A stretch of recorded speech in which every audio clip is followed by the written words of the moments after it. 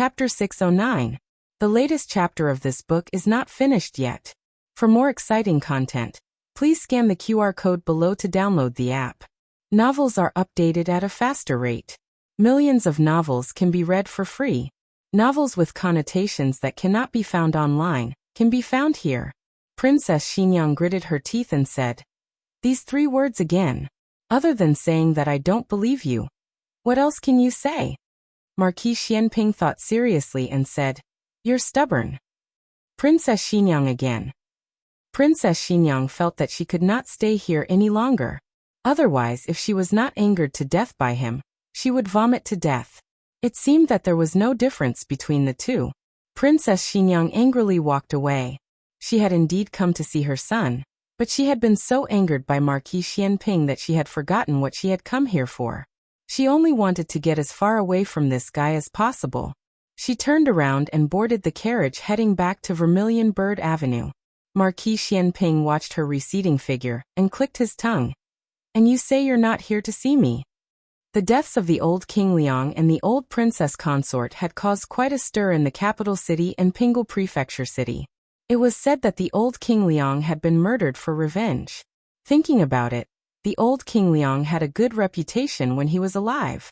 He was gentle and kind, so how could he have enemies? As for Princess Consort Liang's death, it was even more strange. She had been struck to death by lightning.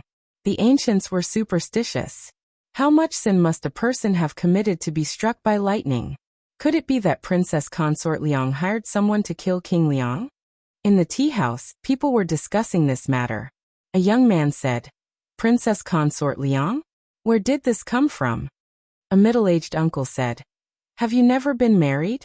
How many couples appear to love each other on the surface, but secretly become enemies?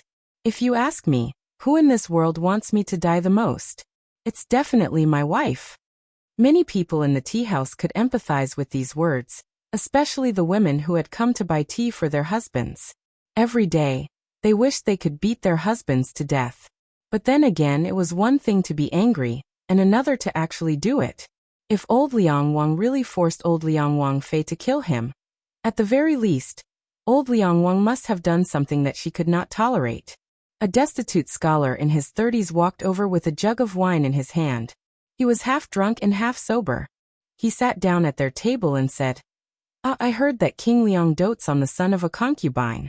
He wants to remove his eldest son from the throne and make the son of a concubine King Liang. Is that so? The young man from before asked. The scholar took a sip of wine and took out a folding fan to fan himself. He said in a serious tone, King Liang and his first wife were not on good terms. For the sake of an outsider, he could even beat up his eldest son. Princess Consort. When she was young, she had lived in the Liang King estate. Because of a quarrel between her and the eldest son, the old King Liang had turned around and beaten the eldest son half to death. Princess Consort. Was he standing up for Princess Xingyang? No. He is slapping old Liang Wangfei's face. Really? The middle-aged man asked. The scholar closed his fan and said seriously, It's absolutely true. All these years, if it wasn't for old Liang Princess Consort guarding against him, both mother and son would have died countless times. The young man asked, Is King Liang still a good person? The scholar said, He's a good person, but he's not a good man.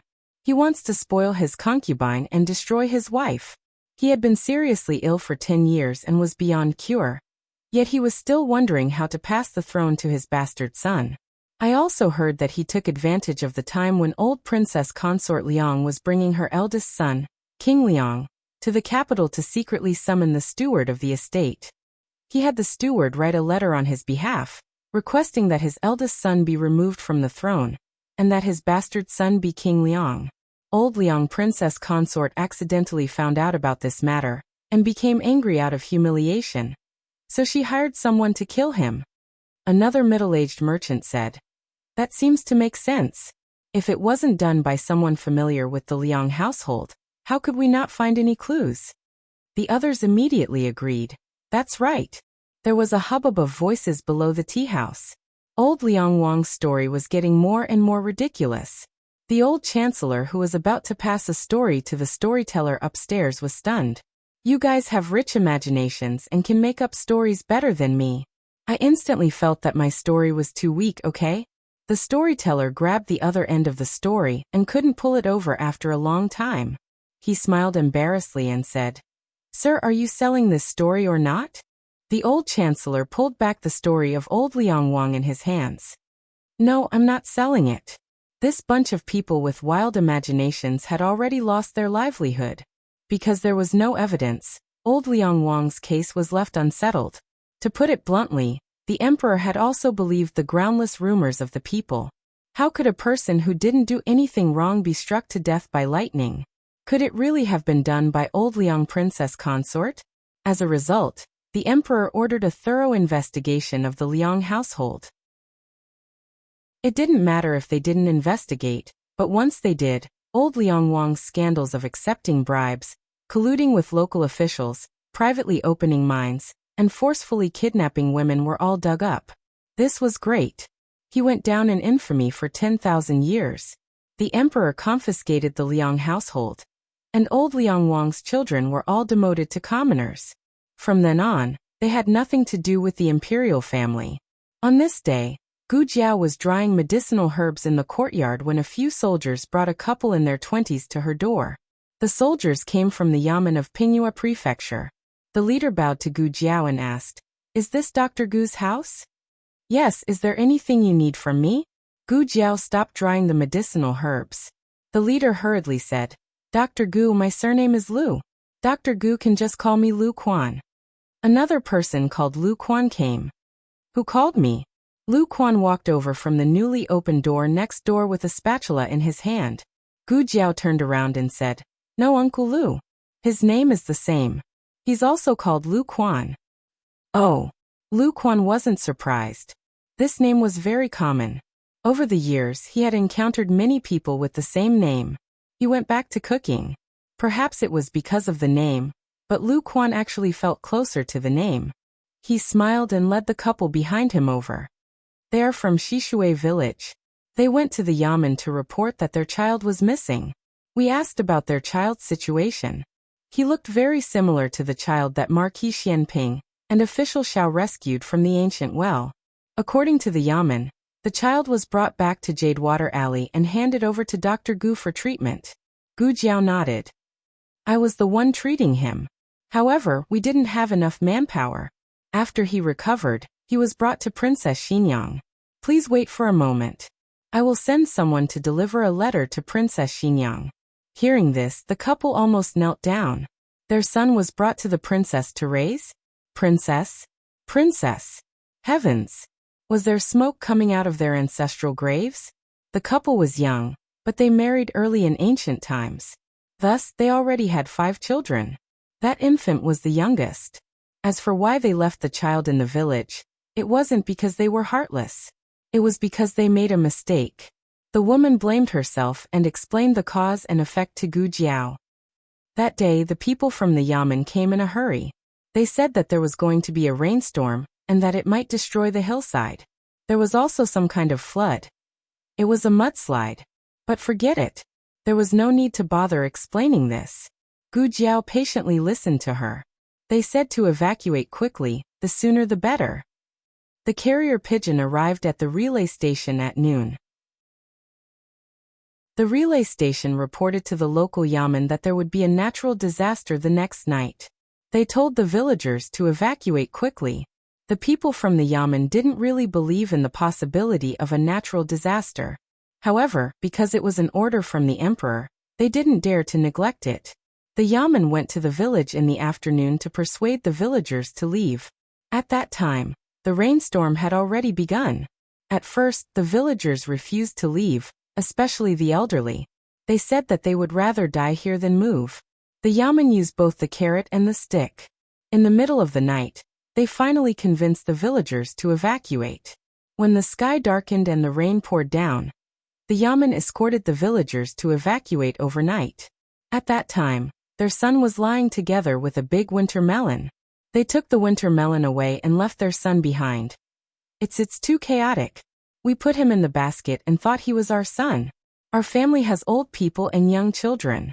There are a total of 3 rooms. When we arrived at the settlement, the rooms separated. The child's grandparents took the basket away. We thought the child was with them, and they thought the child was with us.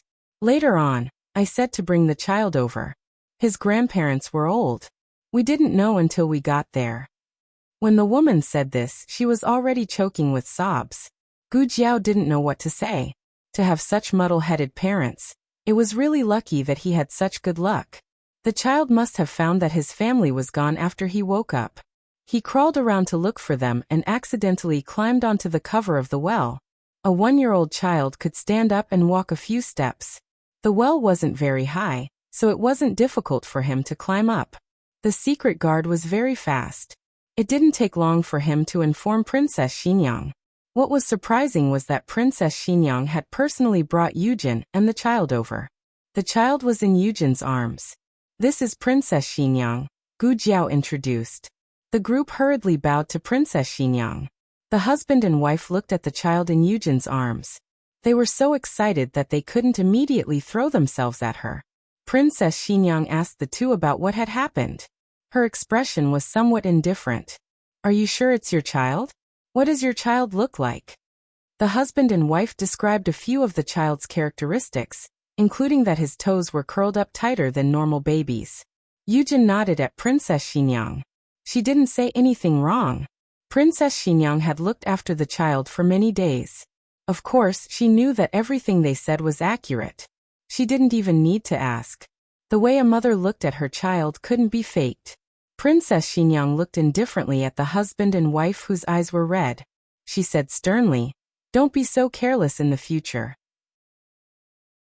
You can even carry your own child by mistake. He fell down the well, and now he has pneumonia. What if no one went to your village?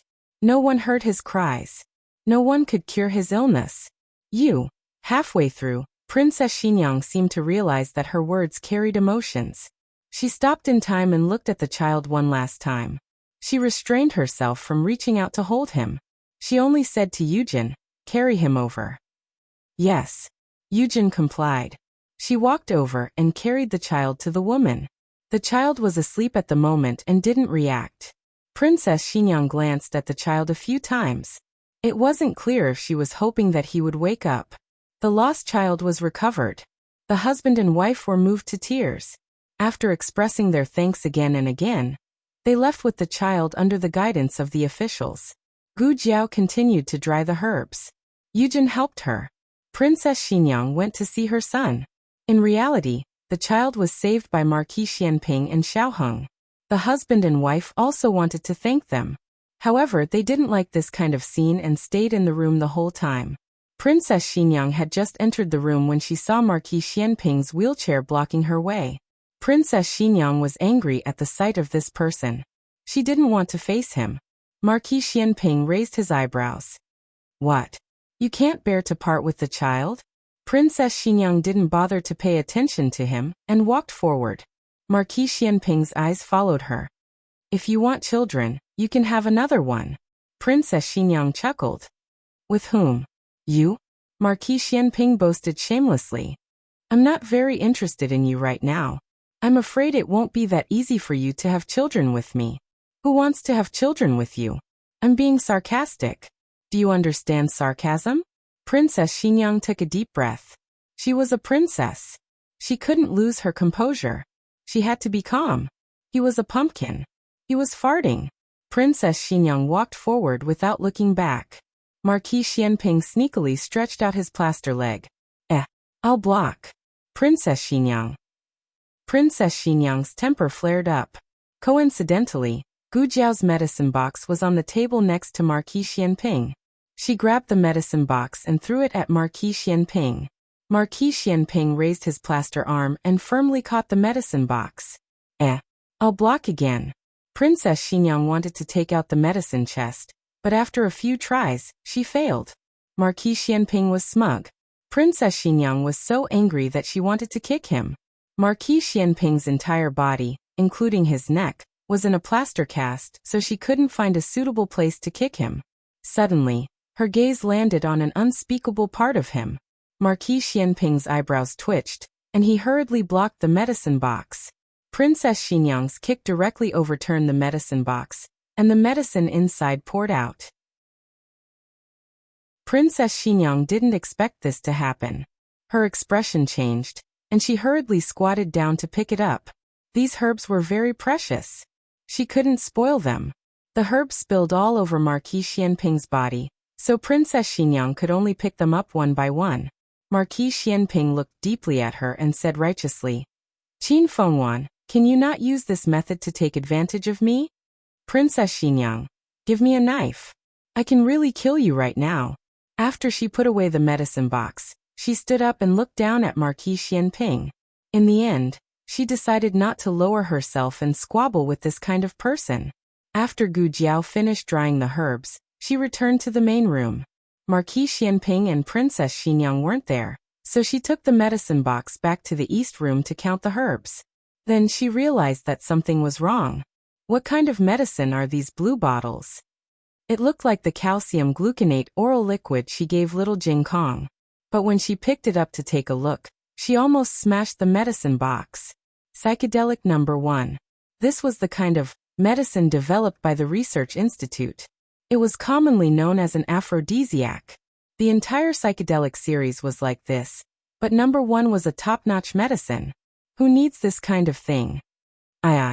Do I need this when I pounce on my husband? If you continue to be so indecent, I'll really burn you. A gust of evening wind blew past, and the medicine box was as quiet as a chicken. The latest chapter of this book isn't finished yet. For more exciting content, please scan the QR code below to download the app. Novels are updated even faster. Millions of novels are free to read.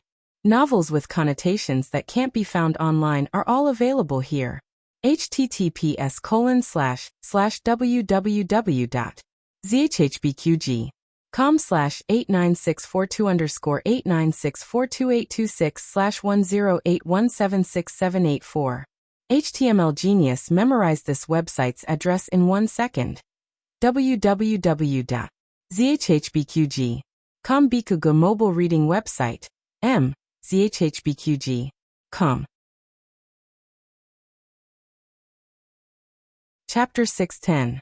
Please scan the QR code below to download the app for more interesting content. The novel was updated at a faster rate. Millions of novels were free to read. There were all kinds of novels that couldn't be found on the internet. Little Jing Kong returned from the Imperial College at around 5 p.m. Jiao. The first thing he did when he entered the house was to throw his bag away and look for Gu Jiao. Recently, there were many patients at home. Gu Jiao basically stayed at home except for patients with critical conditions. Little Jing Kong didn't find Gu Jiao in the courtyard, so he went to Gu Jiao's east room. The east room was also empty. Little Jing Kong didn't give up and looked around, even under the bed. He squatted on the ground and scratched his little head in confusion. Where's Jiao Jiao? Where did Jiao Jiao go? Little Jing Kong decided to continue searching in other rooms. However, the moment he got up, he unexpectedly saw a little thing lying on the ground. It was blue and looked a little familiar. Little Jing Kong picked up the soft little blue bottle. Wow! It's something delicious. In order to make little Jing Kong grow taller, Gu Jiao had tried all kinds of methods, such as giving him oral calcium supplements. However, he only drank it for half a month and then stopped. Little Jing Kong missed the sweet and sour taste. Slurp, little Jing Kong swallowed his saliva. Jiao Jiao only gave him 1 bottle at a time. There were 2 bottles here. Yes, he wanted to hide them. Little Jing Kong quietly put the 2 small bottles into his pocket. His little action of hiding things was the same as Empress Dowager Zhuang hiding the candied fruits. After hiding the treasures, he put his little hands behind his back, raised his head, and walked out casually, just like his great-aunt, Old Zhao. Let's play cards. There were more and more people in the house, so they couldn't live here. Fortunately, the house next door was connected, and the house and courtyard next door were maximized. Little Jing Kong couldn't find Gu Jiao because Gu Jiao went to the backyard next door to build a rehabilitation center for Huang Fuxian. Little Jing Kong heard the clanking sounds and his eyes lit up. Jiao Jiao! He quickly ran to the backyard. Now that the backyard of the two houses was connected, it was very convenient to come and go. Gu Jiao and Gu Xiaoshan were busy working in a pile of wood. When they saw him running over, Gu Little Jing Kong said, "Jing Kong, Little Jing Kong, there are nails on the ground." "Oh, Little Jing Jiao Jiao, Little Jing Kong's SSS Jiao Jiao's Little Jing Kong sighed. "Okay." Little Jing Kong went back to the front yard. Xiao Ba and Xiao Jiao were chewing and pecking at his school bag. The dog and eagle still had the habit of tearing down the house. Little Jing Kong picked up the school bag he threw on the ground, lowered his head, and dragged the school bag to the west room. Today's questions were a little difficult, and he couldn't solve one of them. He thought for a while, jumped down from the chair, and went to the study to find his bad brother-in-law. The door was half closed. He pushed the door open, and there was someone in the study. It wasn't his bad brother-in-law, but his mother, Princess Xinyang. "Princess." Little Jing Kong went forward and greeted her politely. Princess Xinyang was standing in front of a row of bookshelves, with her back facing the door. Hearing this, she raised her hand and wiped her eyes. She turned around and said gently, "Oh, it's Jing Kong. Why are you here? Are you looking for your brother-in-law?" Little Jing Kong looked at her and nodded honestly. "Yes, I don't know how to solve one question." Princess Xinyang reached out her hand and said gently, "Your brother-in-law isn't here. Let me take a look." "Okay." Little Jing Kong handed her the paper in his hand. Princess Xinyang took it, read it carefully and said, "This is a sentence from the Book of Songs. You haven't learned this part yet, right?" Little Jing Kong nodded again. "Yes. Come, I'll teach you." Princess Xinyang reached out her hand to him. Little Jing Kong came to Princess Xinyang's side, climbed onto the chair and sat down. Princess Xinyang read the sentence for him, but he kept staring at Princess Xinyang. Princess Xinyang noticed his gaze and asked, "What's wrong? Have you cried?" Little Jing Kong asked. "No." Princess Xinyang subconsciously denied. Oh. Children were easy to believe in certain things, especially Princess Xinyang, who had a good reputation. Little Jing Kong thought for a while and said, "You don't look very happy. Is there something bothering you?" Princess Xinyang paused for a while and said, "It's not a big problem." Little Jing Kong said, "Then it's just a small problem. Are you worried about my bad brother-in-law?" "Alas, don't worry. Although my bad brother-in-law is a little clumsy, his cooking is terrible, and he's not very smart. He always comes in last place, but at least he's an official. Look at Master Zhao's grandson next door. He's about the same age as my bad brother-in-law, but he's always idling around. He's so worried that his hair has turned white," he said earnestly, which amused Princess Xinyang. Why did a 5-year-old seem to be worried about a 50-year-old? Little Jing Kong always said that he disliked Xiaoheng, but he respected Xiaoheng's mother very much, just like how he respected Gu Jiao's mother. He thought for a while and reluctantly took out a small bottle from his pocket. "Princess, this is for you." After thinking for a while, he took out another bottle. "Forget it, I'll give you both." "What is it?" Princess Xinyang asked. Little Jing Kong said, "It's something very delicious. Adults can drink it too. I saw Jiao Jiao give it to Great Aunt last time." Princess Xinyang looked at the small blue bottle in her hand and asked, "Is it medicine?" Little Jing Kong said seriously, "Yes, I don't know. Great Aunt had a cramp in her leg last time, so Jiao Jiao gave it to her. But I didn't have a cramp, so Jiao Jiao gave it to me too." Princess Xinyang returned it to him. "Then you can keep it for yourself." Little Jing Kong stuffed the small blue bottle back. "No need, I'm not sad." Princess Xinyang was indeed sad. But it wasn't because she was worried about Xiaoheng. Xiaoheng had grown up and had the ability to take care of himself. She didn't need to worry about him day and night. She was thinking about Xiaoqing, who died young because of the child today. She held the small bottle in her hand, endured the pain in her heart, and asked, "Will you really not be sad after drinking it?" Little Jing Kong nodded like he was pounding garlic. Yes, yes. I'm very happy every time I drink it." Princess Xinyang choked with sobs and smiled. "Then I'll accept it. Thank you." Little Jing Kong took the questions back to the West Room and continued to do his homework. Princess Xinyang went next door to say goodbye to Gu Jiao and Xiaoheng, then returned to Vermilion Bird Avenue. During dinner, Yujin's leg was limping. Princess Xinyang asked strangely, "What's wrong with your leg?" Eugene said in pain, "I just had a cramp." "Let me take a look," Princess Xinyang said. Eugene smiled. "No need, it's not a big deal. I'll be fine tomorrow." Princess Xinyang was silent for a moment, then took out 2 small bottles from her purse and handed them to her. "Take these and drink them. They can cure your leg cramps." On the other side, Gu Jiao and Gu Xiaoshan were busy for the whole afternoon. They finally finished building a full set of rehabilitation facilities. Starting tomorrow, Huang Fuxian could start systematic rehabilitation training. This was going to be a long and painful process. During this time, Huang Fuxian needed to have strong endurance and willpower. Walking was not as easy as he thought. After throwing away his crutches, the pain caused by every step was like 1,000 arrows piercing his heart. "Are you scared?" Gu Jiao asked Huang Fuxian. "If I'm scared, is there any medicine that can stop the pain?" Huang Fuxian asked back. "No," Gu Jiao said. "Painkillers all had side effects. It was best not to use them if possible."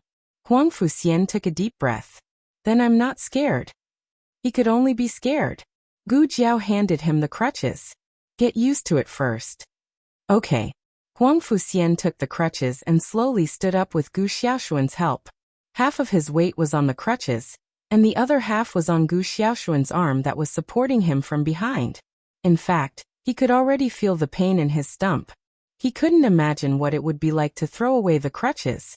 Gu Jiao began to clean the courtyard. Yuya suddenly walked over with an unfinished bowl. "Eldest young miss. What's wrong?" Gu Jiao asked. Yuya did not speak. She only looked awkwardly in the direction of her courtyard's front door. Gu Jiao had heard the sound of a carriage just now. She did not pay much attention to it, but seeing Yuya's movements, it seemed that an uninvited guest had come. "Okay, I'll go take a look." Gu Jiao put down the broom. Yuya said, "I'll clean later. I'm almost done washing." Gu Jiao made a sound of acknowledgement and went to the main room. Then, she saw Gu Jinyu, who had not been married for a long time. Gu Jinyu had been peacefully waiting for the marriage in the past few days, and had not left the house. Not long ago, the Zhuang family's property was confiscated. Other than Royal Prince An's entire family being exiled, Gu Jinyu and Royal Prince An's marriage was also affected. "You're here to find Zhuang Yuheng?" Gu Jiao asked. "Zhuang." Gu Jinyu was surprised by how Gu Jiao addressed Royal Prince An, but she did not say anything. She said in a low voice, "I'm here to find elder sister." She looked much more haggard. Her cheeks were thinner. This was not strange. This marriage was not glorious.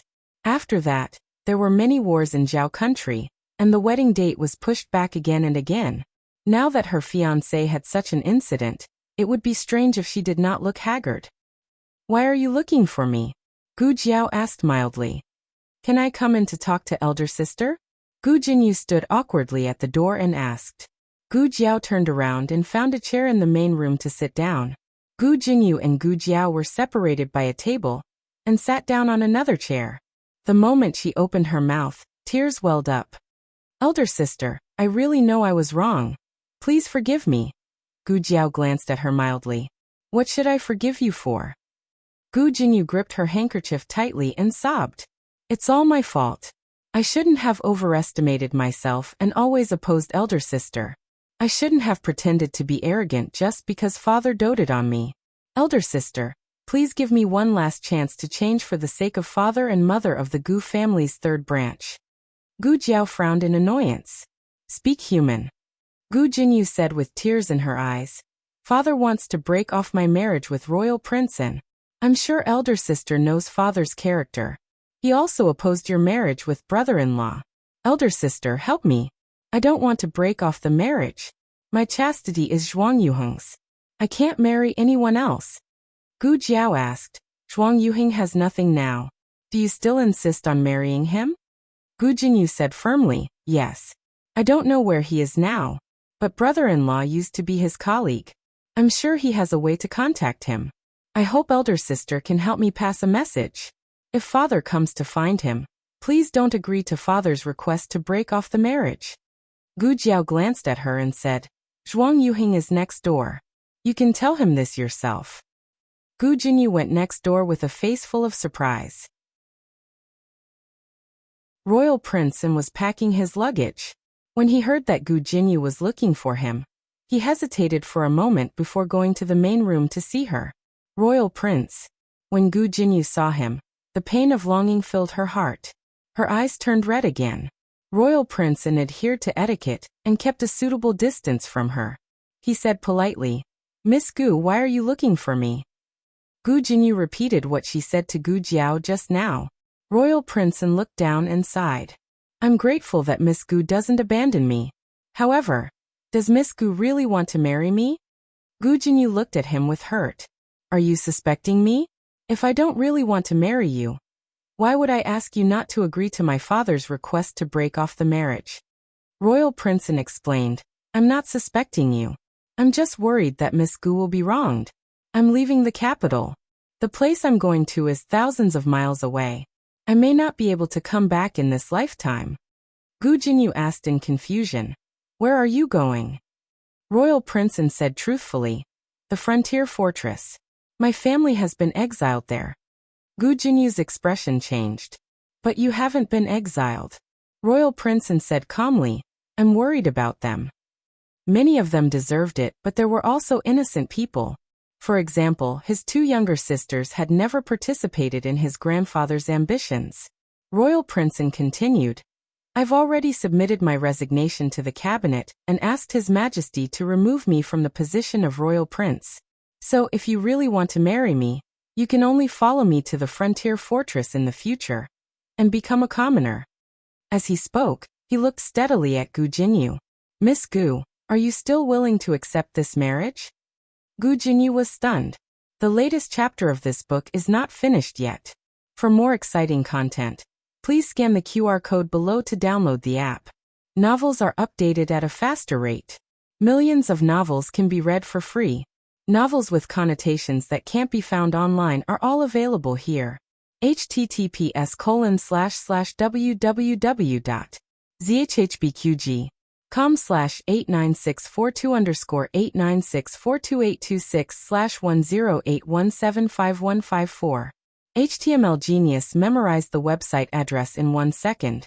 www.zhbqg.com Bikugo mobile reading website.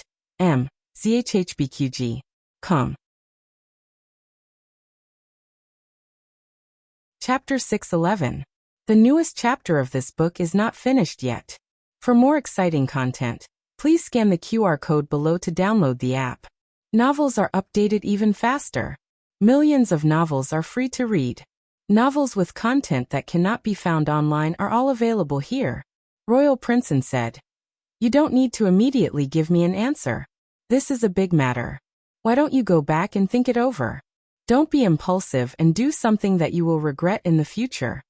After he finished speaking, he stood up and walked out of the room. He still had to pack his luggage. Gu Jinyu also stood up. Looking at his back, she said in a trembling voice, I'm willing. I'm willing to marry you. As long as you don't dislike my birth, I'm willing to go to the frontier with you. Royal Prince slowly turned around. When I was a royal prince, I never disliked your birth. Now I definitely won't. Gu Jinyu smiled with relief. Then that's good. Royal Prince looked deeply at her and said, However, your father might not agree. If you insist on marrying me, you can only choose to elope. I'm not afraid, Gu Jinyu said. Royal Prince said, Good. Tomorrow morning, I will wait for you at the city gates. After Gu Jinyu left, Lu Quan walked over and looked at Royal Prince. His expression was hard to describe. You really want to bring her along? Gu Jinyu had once stolen Gu Jiao's credit and always caused trouble for Gu Jiao and Yao Shi. Lu Quan felt that she was a big problem. Royal Prince bitterly said, After all, we have an engagement. If she is willing to elope, I have no reason to disappoint her. After Gu Jinyu returned to Marquis Ding and Manor, she immediately chased out the maidservants in the room. The maidservants were dumbfounded. Young miss, what's wrong? A senior maidservant asked. Gu Jinyu pulled open the cabinet door and turned to look at the door, ordering, "No one is allowed to come in." "Young miss, what exactly happened?" The senior maidservant came to the door and asked. "I said, no one is allowed to come in." Gu Jinyu took out all the clothes in the cabinet. The senior maidservant had never seen Gu Jinyu lose her composure like this. How could she really ignore it? She pushed open the door and saw the bed covered in clothes. She was stunned and did not care about Gu Jinyu's orders. She walked into the room. "Young miss, what are you doing? Why did you take out all the clothes?" "You." She then saw Gu Jinyu take a box and stuff all the clothes into it. The head maidservant hurriedly asked, "Miss, are you moving out?" Gu Jinyu said seriously, "No one is allowed to control me. Also, no one is allowed to tell anyone about my return." The maidservants at the door looked at each other. The head maidservant had a bad premonition. She quietly gave them a look and said, "Go invite the Marquis." A nimble-footed servant girl went over. Marquis Gu happened to be at the manor today. The manor that Empress Dowager Zhuang had requested was finally completed after a series of renovations and expansions. Now there was only a handover ceremony left. He had invited the imperial astronomer to calculate the date. Right now he was waiting for the results in his residence. A young maidservant reported at the door. "Marquis, please go and take a look. Something had happened to Miss. When you return to the residence, you immediately pack up the clothes and don't let the servants leak the news." Marquis Gu frowned and went to Gu Jinyu's courtyard without another word. Gu Jinyu finished packing up the box of clothes and started to pack up her jewelry. She had just opened the dressing table drawer when Marquis Gu strode in with his hands behind his back. "Jinyu, what are you doing?" he asked in a low voice. Gu Jinyu's body trembled. A high-quality pearl hairpin slipped from her palm and fell to the ground with a thud. The pearl flowers fell off. She turned around frantically and blocked the dressing table behind her. "Father." Marquis Gu looked at the box on the ground that had not been closed, and then looked at the pearl hairpin that Gu Jinyu had accidentally broken. His gaze turned cold. "Jinyu, you want to sneak out?" I. Gu Jinyu stuttered. Marquis Gu looked coldly at the head maidservant. "Where did Miss go today?" The head maidservant said in a low voice. She went to Jade Water Alley." Marquis Gu's gaze turned cold. "Did that girl bully you again?" Gu Jinyu hurriedly said, "No, father. It has nothing to do with sister. It was me. I saw Royal Prince and I wanted to go to the frontier fortress with him." Marquis Gu frowned. "Frontier fortress? He's also been exiled?" "You." Gu Jinyu took a step forward and grabbed Marquis Gu's arm. "Father, he's not exiled. He asked to go to the frontier fortress. He even resigned from the throne because of this. He's a good man who values relationships. I'm willing to follow him. Please grant me my wish." Marquis Gu said without hesitation. "I don't agree." Gu Jinyu pleaded bitterly. "I've already had physical contact with Royal Prince and how can I marry someone else in this lifetime?" Marquis Gu said angrily.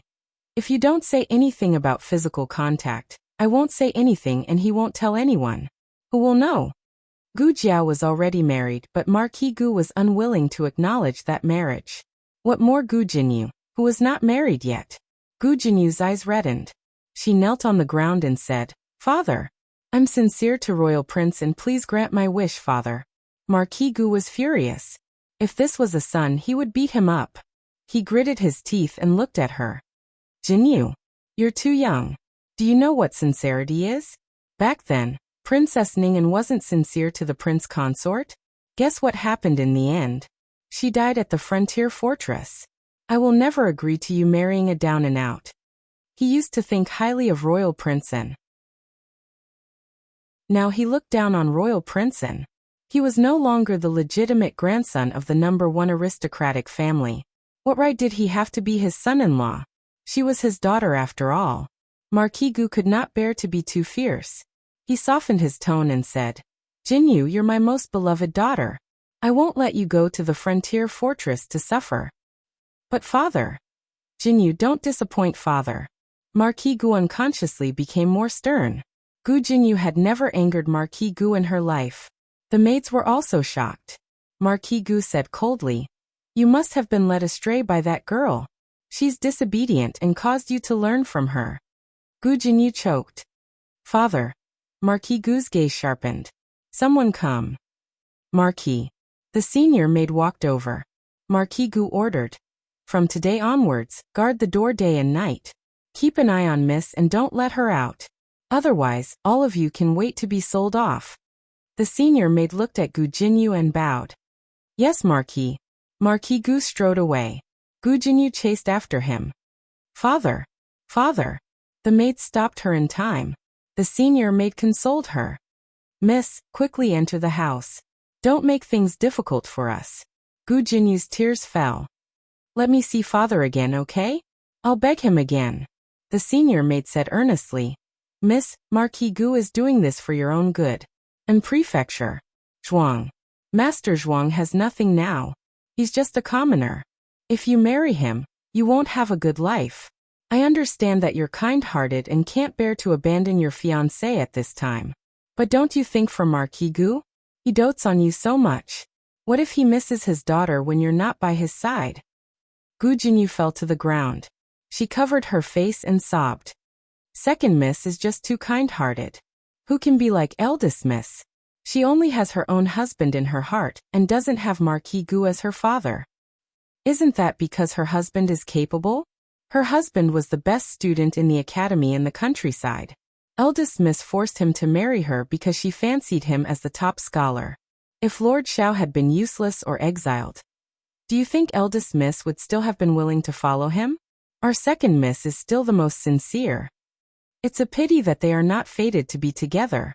They are destined to never be husband and wife. In the dead of the night, the maids' discussion in the corridor gradually died down. Gu Jinyu sat quietly in the room. There was no light or food brought in by the maids. All of a sudden, the commotion outside stopped completely. She looked up and saw a black shadow flash past the window. The next moment, the door was pushed open and the black shadow darted in. Gu Jinyu jumped in fright and stood up from the stool. She looked at the other party in horror. Who are you? The other party didn't say anything. Instead, he stepped to the side, and a thin young man walked in casually. It's me, the youth said. Gu Jinyu was taken aback. Yana? It's so late. Why did you bring someone to my room? Gu Yan's body was much better than before. Not only had he lived past 15, he was full of energy and was no different from a normal person. Gu Yan raised his brows and looked at the chests and jewelry boxes in the room. He said, Since we are siblings, I'm here to help you one last time. Otherwise, you'll say that my younger brother is biased and only knows how to pamper Gu Jiao. Gu Jinyu looked at him in confusion. Gu Yan hooked his finger at Secret Guard A and Secret Guard B, who were guarding the door. He said, Come in and send my second sister out of the city tonight. Use the Renshou Palace token that the Empress Dowager gave me. Gu Jinyu was so shocked by the first sentence that she forgot to be shocked that he had the Renshou Palace token in his hand. You. What? So happy that you can't speak? Don't be like this. I always bullied you in the past. It's my fault. I'm here today to make it up to you. I've prepared some travel expenses for you. If you live frugally, it should be enough to support you until you reach the border. As he spoke, he took out a 50 taels banknote and handed it to Secret Guard A. Secret Guard A tactfully stuffed the banknote into Gu Jinyu's jewelry box. 50 taels.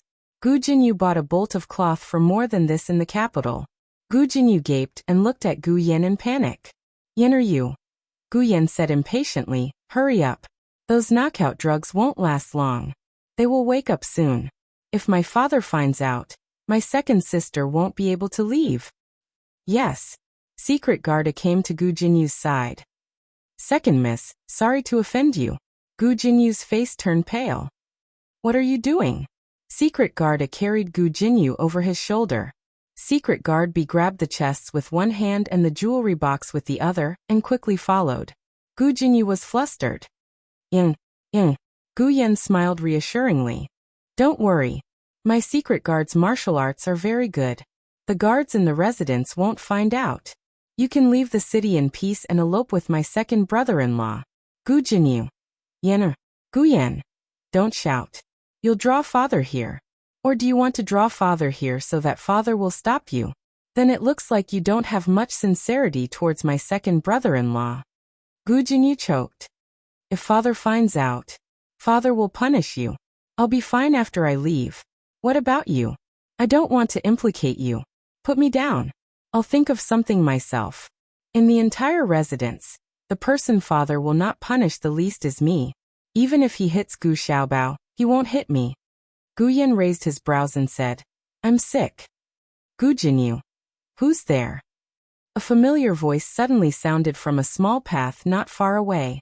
Gu Jinyu was delighted and shouted, Yan, leave quickly. Second brother is here. His voice almost reached the old madam's courtyard. Gu Chengfeng walked over quickly, and Gu Chenglin was with him. The two brothers looked at the swaggering Gu Yan, and then at Gu Jinyu, who was being carried on the secret guard's shoulders. They were both shocked. Gu Chengfeng asked, What are you doing? Without waiting for Gu Yan's reply, Gu Jinyu sobbed and said, Second brother, please persuade Yan. He wants to help me escape from the residence, but I don't want to implicate him. Escape from the residence? What are you talking about? Gu Chengfeng looked at Gu Yan in confusion. Gu Yan sighed. Isn't my second brother-in-law going to the frontier fortress on his own? Second sister has deep feelings for him, and doesn't want to betray him when he's down and out. So, she decided to elope with him and continue to fulfill their marriage agreement at the frontier. Ordinary families could not do something like eloping. It was a disgrace to the family, and it would greatly affect the marriage of other children. Gu Chengfeng frowned and thought for a while. Gu Yan, what you're doing is indeed inappropriate. Gu Jinyu was delighted. Second brother was going to stop her. All right, put her down, Gu Chengfeng said to the secret guard. The secret guard looked at his young master. The young master nodded, and the secret guard placed Gu Jinyu back on the ground. Gu Chengfeng said to Gu Jinyu with a complicated expression, We're siblings. I'll still help you with this small matter. I'll take you out of the city. Gu Jinyu. Gu Chenglin said, Second brother, I want to leave the city too. Gu Chengfeng said unhappily, What are you going to do? Has your hair grown out? Feeling wronged, Gu Chenglin touched his half-grown hair on his head. Gu Jinyu felt a lump in her throat. Second brother, Gu Chengfeng waved his hand. All right, don't say anything else. Let's go. Gu Jinyu's eyes flashed. Second brother, I'll implicate you. I can't be so selfish. I'll go by myself. I can think of a way. Gu Chengfeng looked sideways at her. You're still thinking of us at a time like this. It looks like I've wronged you in the past. You're not a heartless person. Don't worry, my Qinggong is better than Gu Yan's secret guard. No one will discover that I've taken you away. These were Gu Chengfeng's heartfelt words. Gu Chengfeng grabbed Gu Jinyu's wrist. No.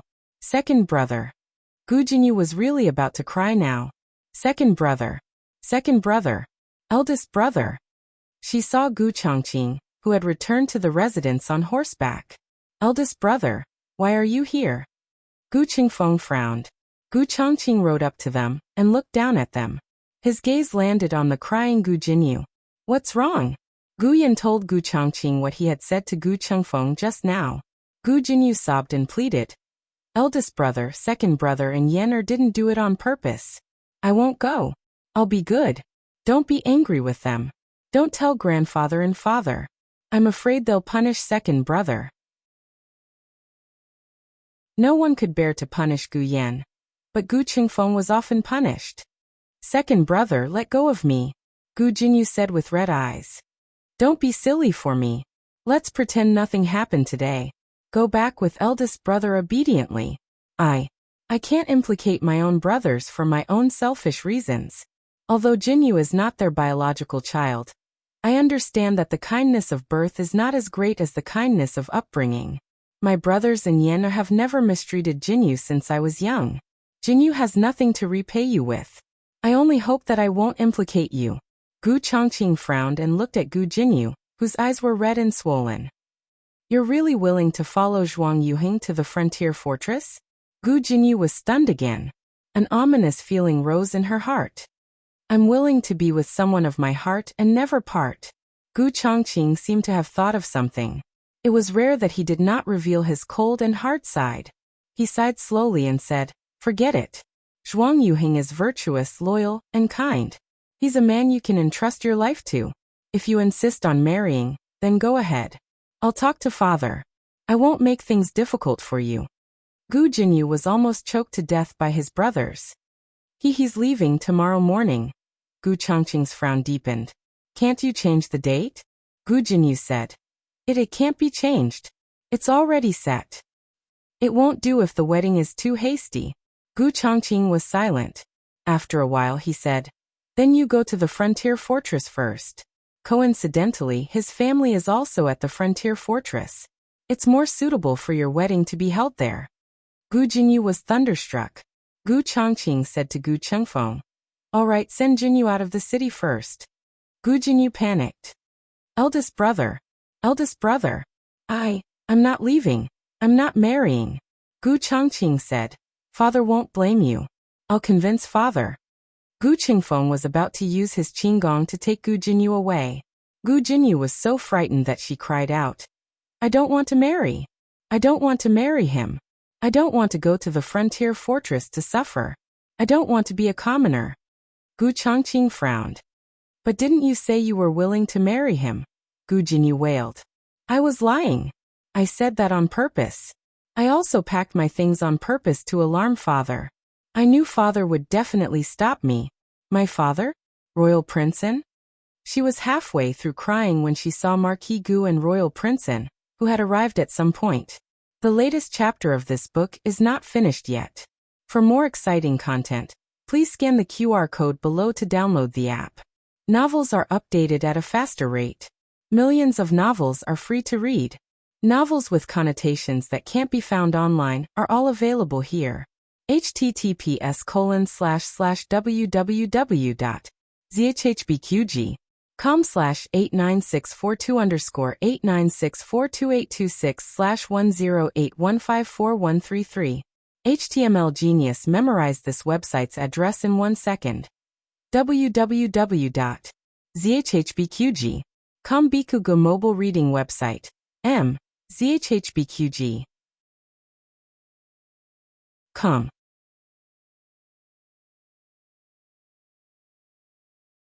Chapter 612. The latest chapter of this book is not finished yet. For more exciting content, please scan the QR code below to download the app. Novels are updated at a faster rate. Millions of novels are read for free. Novels with a deeper meaning that cannot be found online are available here. This is awkward. It has never been so awkward in 16 years. Gu Jinyu never expected that Marquis Gu and Zhuang Yuheng would appear here in the middle of the night. It was understandable that Marquis Gu was passing by. After all, he was the master of the Marquis's residence. But what was up with Zhuang Yuheng? Why was he here? Thinking of what she had said in her fluster earlier, Gu Jinyu felt terrible all over. She could only pray that they did not hear her. However, their expressions were completely different. They had heard everything. They had heard every word clearly. Gu Jinyu seemed to have been struck by lightning.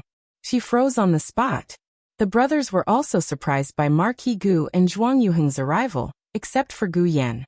Zhuang Yuheng had come in Gu Yan's carriage. Of course, Gu Yan knew that he was in the residence. He also knew that he had gone to look for Marquis Gu to discuss his marriage with Gu Jinyu. In reality, Zhuang Yuheng was a very responsible person. Before Gu Jinyu came, Marquis Gu had already looked for him in private to ask him to hand over the marriage certificate and call off their marriage. Marquis Gu was afraid that Gu Jinyu would be upset, and did not tell her. He thought that it would not be too late to let Gu Jinyu know after Zhuang Yuheng left. Anyway, Gu Jinyu would not be able to do anything then. But Gu Jinyu, who did not know, did something unnecessary. She found Zhuang Yuheng the day before he left, and would rather elope to marry him. She was affectionate and righteous. Even if Zhuang Yuheng did not have any romantic feelings for her, he could not leave her alone. But he would not really let her bear the reputation of eloping.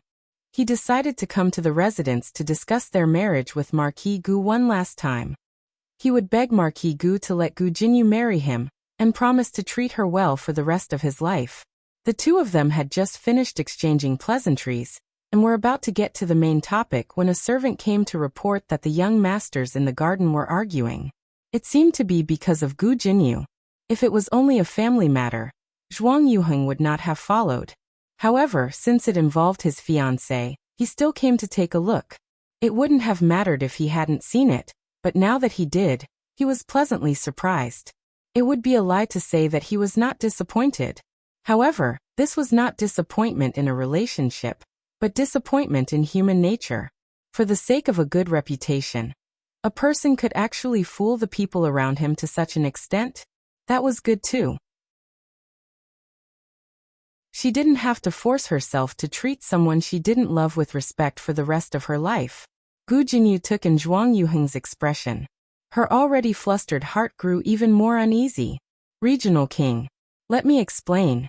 Zhuang Yuheng ignored her and turned to bow to Marquis Gu. Marquis. The Marquis of Gu was completely stunned by Gu Jinyu's words. He could not regain his senses for a long while. Zhuang Yuheng called him a few times before he regained his senses. He looked at Zhuang Yuheng as if he had just woken up from a dream. You said in the study earlier that you came to the residence to look for me. What was it again? Zhuang Yuheng paused and took out a marriage contract from his chest. I'm here to return the marriage contract. Since Miss Gu is unwilling to marry me, then it's better to call off this marriage. Call off. The Marquis of Gu's heart was in a mess. Although he had been looking forward to getting the marriage contract back, now that it was finally here, why was he not that happy? Marquis, please keep the marriage contract. Zhuang Yuheng saw that the Marquis of Gu did not extend his hand, and took the initiative to pass the marriage contract forward. Gu Yan walked over and took the marriage contract. All right, I'll keep it for my father. Zhuang Yuheng calmly said. If there's nothing else, I'll go back first. You can take my carriage back, Gu Yan said. All right. Zhuang Yuheng did not refuse. Zhuang Yuheng had nothing now. If he did not take the carriage back, he could only walk until he broke his legs. Gu Yan did not lack carriages, but Gu Yan did not owe him anything. Giving the carriage to him was a favor. After all, he had helped Gu Yan shovel chicken dung for so long and had allowed Gu Yan, the middleman, to earn the price difference. Of course, Gu Yan would treat him better. Zhuang Yuheng turned to leave. Gu Jinyu called out in a choked voice, Royal Prince! Royal Prince! Zhuang Yuheng turned slightly, and did not completely turn to face Gu Jinyu.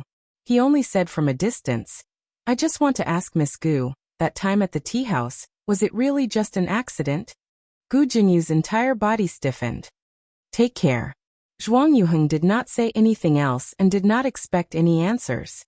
He disappeared into the night without looking back. Gu Jinyu watched as his side profile gradually disappeared. For a moment, a huge impulse surged from the bottom of her heart. She wanted to marry him. She wanted to marry such a responsible and upright man. Xiao Lulang, that little cripple, was able to achieve a meteoric rise. Why couldn't Zhuang Yuheng make a comeback? Earlier, she had been muddled by the cancellation of the engagement, and had forgotten to sit down and think about it. Zhuang Yuheng was able to live in Jade Water Lane. How bad could his relationship with Gu Jiao's family be? Gu Jiao and Xiao Lulang were favored by the Empress Dowager and His Majesty. Perhaps the Empress Dowager and His Majesty had tacitly allowed them to take Zhuang Yuheng in. From the looks of it, the Empress Dowager and His Majesty had not completely given up on Zhuang Yuheng. He had a chance to turn the tables. What commoner, what self-exile, it was all a show for the world to see. The Zhuang family was in big trouble. If they did not punish Zhuang Yuheng, the people would be angry. But when the people's anger subsided, they would be able to bring Zhuang Yuheng back to the capital. Gu Jinyu, who finally realized what she had missed, chased after Zhuang Yuheng without regard for anything else. Gu Yan discreetly stretched out his leg and tripped her. Gu Jinyu fell flat on her face. Actually, Gu Jinyu was thinking too much. Empress Dowager and His Majesty had never thought of putting on an act, especially Empress Dowager Zhuang. She was not afraid of the people's anger, and was even more unafraid of being scolded. If Zhuang Yuheng stayed in the capital, she would not make things difficult for him. But if Zhuang Yuheng wanted to go out on his own, she would not stop him. The child had grown up. She should learn to let go. Gu Jinyu did not know. She regretted it so much that her intestines turned green. But now was not the time to wallow in regret. Zhuang Yuheng had left, but there was still Marquis Gu, Gu Chongqing, and the other brothers. Gu Chongqing and the other two were very disappointed. Tonight's show was planned by Gu Yan. Gu Yan did not inform them in advance. Gu Chongqing and Gu Qingfeng really wanted to help Gu Jinyu leave. Although they had no feelings for Gu Jinyu's insistence on leaving Royal Prince and made them feel disgusted. I didn't expect it to be fake. As expected. I shouldn't have had any expectations for you. Gu Qingfeng said disdainfully. Gu Chongqing regained his usual cold expression. Yan, let's go. Gu Yan did not leave. He wanted to watch the show. Gu Chongqing directly pulled him onto the horse. It's so late. You should sleep. Staying up late is not good for your health. But I want to watch the show. Don't be naughty. Can't I be naughty? You've been naughty all night. When have I been naughty? Gu Yan's indignant snorts gradually faded away. Shadow Guard A and B also disappeared into thin air. Gu Qinglin also wanted to watch the show, but was pulled away by Gu Qingfeng. Only Marquis Gu and Gu Jinyu were left in the garden. Gu Jinyu looked at Marquis Gu helplessly. Father, let me explain. Marquis Gu asked in a daze. What's going on with the tea house? Gu Jinyu's expression changed. Father. Marquis Gu looked at her deeply. The tea house. Zhuang Yuheng was drugged, and you were almost molested by him. Is that what happened? Gu Yan suddenly came out from behind the tree. Of course not. She found out that Zhuang Yueshi wanted to harm someone, and went to join in the fun. She saw that Princeton was drugged. It was not Princeton who dragged her in through the door. She went in by herself. Gu Chongqing held his forehead helplessly and pulled him over. All right, are you done? Can you go back to sleep now? I haven't said enough. Gu Yan struggled out of Gu Chongqing's arms. He was taken away by Gu Chongqing, and then coaxed Gu Chongqing to use his lightness skill to bring him over. It was not easy for him to come over. He wanted to finish. He shouted at Marquis Gu across half the garden. Princeton asked her to run away. She did not run away. Princeton could not control himself and had no choice but to stab himself. She kept saying, What happened to you, Princeton? What happened to you? Do you want me to call a doctor for you? Call a damn doctor. You saw Zhuang Yueshi drugging him and you don't know what happened to him. Gu Chongqing could not listen to him anymore. He was so angry that he twitched. Who taught you to say such nonsense? Gu Yan used to be very obedient. Ever since Marquis Xianping moved into Baishui Alley, Gu Yan became more and more naughty. Gu Yan wanted to say more but his mouth was covered. The young man's body was mercilessly carried over by Gu Chongqing, and they left the residence with his lightness skill. Marquis Gu was not interested in the dispute between Zhuang Yueshi and Zhuang Yuheng. He only cared about what role Gu Jinyu played in it. He clenched his fists and looked at her. Is what Gu Yan said true? If these words were said by Gu Jiao, Marquis Gu would not believe a single word. He would only think that Gu Jiao was framing Gu Jinyu. To put it bluntly, he did not know Gu Jiao well enough. But he knew Gu Yan. Did Gu Yan need to frame Gu Jinyu for bullying him? He was doing it openly. I just want to bully you. What can you do to me? The whole family dotes on me because I'm sick. This was Gu Yan. Another important point was that this matter did not involve Gu Jiao. As long as it involved Gu Jiao, Marquis Gu would unconditionally side with Gu Jinyu. But now that there was only Gu Yan and Gu Jinyu, Marquis Gu could look at this matter relatively rationally. If Gu Yan mentioned that Princeton had feelings for Gu Jiao, this matter would be ruined. Gu Jinyu opened her mouth. Father. If Gu Jinyu was only unwilling to go to the border to suffer and at the same time wanted to gain a good reputation, it could still be treated as a little girl's vanity. But she took advantage of the situation to plot against Prince and to marry her. This was very distressing. Marquis Gu turned around in disappointment and clutched his chest. His heart was in so much pain. Digression. Looking for a 5-star review. Starry-eyed, the latest chapter of this book is not finished yet. For more exciting content, please scan the QR code below to download the app. The novel is more complete and updated faster.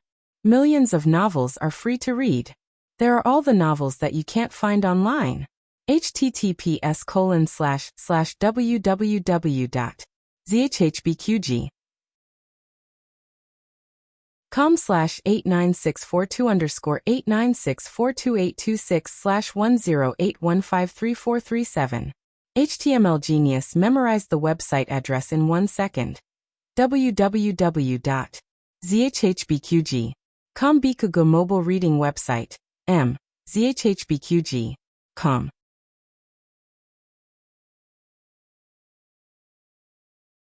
Chapter 613. The latest chapter of this book is not finished yet. For more exciting content, please scan the QR code below to download the app.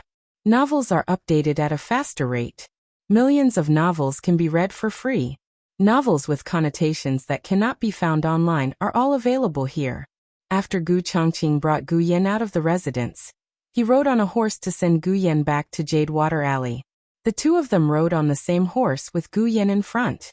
The 16-year-old youth's body could not block Gu Chongqing's line of sight. Gu Chongqing held the reins tightly with both hands and encircled him in his arms. Gu Yan's excitement had worn off, and he was really a little sleepy now. His thin and weak body leaned against Gu Chongqing's firm chest, and his little head started to peck at the rice like a chicken. Gu Chongqing was both angry and amused. He freed an arm to hold his thin waist. "Are you sleepy now?" Gu Yan groaned in a daze and immediately sat up straight. He widened his eyes and said very clearly, "I'm not sleepy." Gu Chongqing saw through him, but did not expose him. He smiled and asked again, "How did you know about those things?" Gu Yan said proudly, "I investigated. I'm so smart." Gu Chongqing was so angry that he laughed and muttered, "You're really not modest at all." He did not ask how Gu Yan investigated because Gu Yan had started to peck at the rice like a chicken again. But even if he did not ask, he could guess a thing or two. Zhuang Yuheng stayed in Jade Water Alley. Gu Yan must have accidentally found out about how Zhuang Yuheng was drugged by Zhuang Yueshi from him. Zhuang Yuheng did not suspect that Gu Jinyu's appearance was not a coincidence. He just thought that she was really just passing by and did not know anything. She was really concerned about him. Gu Yan, this little fox, was not so easy to fool. He might not have found conclusive evidence, but he had pieced together all the fragments of the incident and combined them with his understanding of Gu Jinyu to basically reconstruct the truth of that day. To put it bluntly, he was still guessing. But judging from Gu Jinyu's reaction, he had guessed correctly. Gu Chongqing looked down at Gu Yan, who had fallen asleep in his arms. He didn't know whether to laugh or cry as he said, "You have such a bright brain. Why don't you use it on your studies?" The next day, Zhuang Yuheng packed his luggage and boarded the carriage to the frontier fortress. Empress Dowager Zhuang also came to Baishui Alley to see him off. He was not an exiled person, but the frontier fortress was full of hardships. If he wanted to protect his sisters, he would have to suffer a little. "Come back if you can't take it anymore. Beijing is your home." Empress Dowager Zhuang didn't say this out loud. Compared to going to the Chen nation as a hostage, Zhuang Yuheng's journey was far more important. He wasn't doing this for his country, nor was he doing this for anyone's ambitions. He was using a brand new identity to start a journey that was completely his own. He no longer relied on any power, nor did he receive any help. Every step he took, he had to start from scratch. "This is for you." Xiao Heng took a book from the study and handed it to him. "Didn't you want to learn the book from the Yan Kingdom? I organized it and made a few notes." It was a book about the arithmetic of the Yan Kingdom. It originally had notes, but Zhuang Yuheng's Yan language wasn't very good, so Xiao Heng translated it into the Zhao nation language. Xiao Heng's hands and feet were not well these days. It was clear that this book had been prepared long ago. Zhuang Yuheng took the book and said to Xiao Heng in the wheelchair, "If you can start from scratch, so can I." He knew Xiao Heng's identity. Strictly speaking, Xiao Heng's matter had motivated him. Since someone had done it, it meant that this path was feasible. Xiao Heng was only 14 years old when the accident happened. If 14-year-old Xiao Heng could do it, why couldn't he? Zhuang Yuheng said solemnly. "Wait for the day I return to Beijing." Xiao Heng said, "I'll wait and see." Empress Dowager Zhuang gave Zhuang Yuheng a brocade box. Zhuang Yuheng sat in the carriage and opened it. It was a hair crown. He was afraid that he would have to spend his 20th birthday on the road. This was the gift his great-aunt had prepared for him. He wiped his red eyes and smiled through his tears. Thank you, great-aunt. In the next few days, Marquis Gu went straight to the Ministry of Works. Gu Jinyu wanted to find him several times, but he couldn't even see his shadow. Xiao Heng's injuries were superficial. After resting for a few days, the bandages were finally removed. Marquis Xianping wasn't so lucky. His injuries were so severe that they reached the bone. He also disobeyed and rode the horse at night. He was hit by a big tree and his waist injury relapsed. In short, after Xiao Heng regained his freedom and returned to the officialdom, he was still a miserable big white, who could only sit in a wheelchair. He couldn't even play cards. Qin Fengwan. He sat in the courtyard and basked in the sun. He called Princess Xinyang, who was helping little Jing Kong tie his hair. Little Jing Kong's mushroom hair could be tied into a small ponytail. Princess Xinyang tied it for him patiently, and he was happy to let her do it. Princess Xinyang didn't want to bother with Marquis Xianping. Marquis Xianping raised his eyebrows. Don't always show that you're very close to the child in front of me. It's useless even if you hint. I won't have a child with you. Princess Xinyang was furious. She picked up the wicker basket on the ground and covered his head with it. Marquis Xianping, who was covered by a wicker basket, was speechless. Qin Fengwan. Take the wicker basket away. Qin Fengwan. How dare you? Qin Fengwan, Qin Fengwan. Gu Jiao had been doing something at home recently. She had requisitioned the old chancellor's front and backyards, and always ran to the blacksmith shop. She was covered in dirt every day. Today, she came back from the blacksmith shop again. After washing up, she changed into dry clothes and went next door. It was time to rehabilitate Huang Fuxian.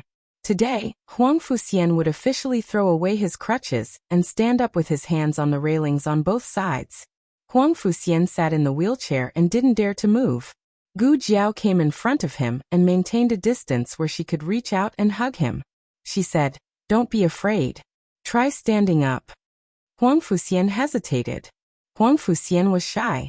When he trained, there weren't many people present. Yuya, and Lu Quan deliberately didn't go to the backyard. Gu Jiao said, "If you hesitate any longer, little Jing Kong will be here soon." Thinking of little mushroom, Huang Fuxian gritted his teeth. He didn't want little mushroom to look down on him or be disappointed.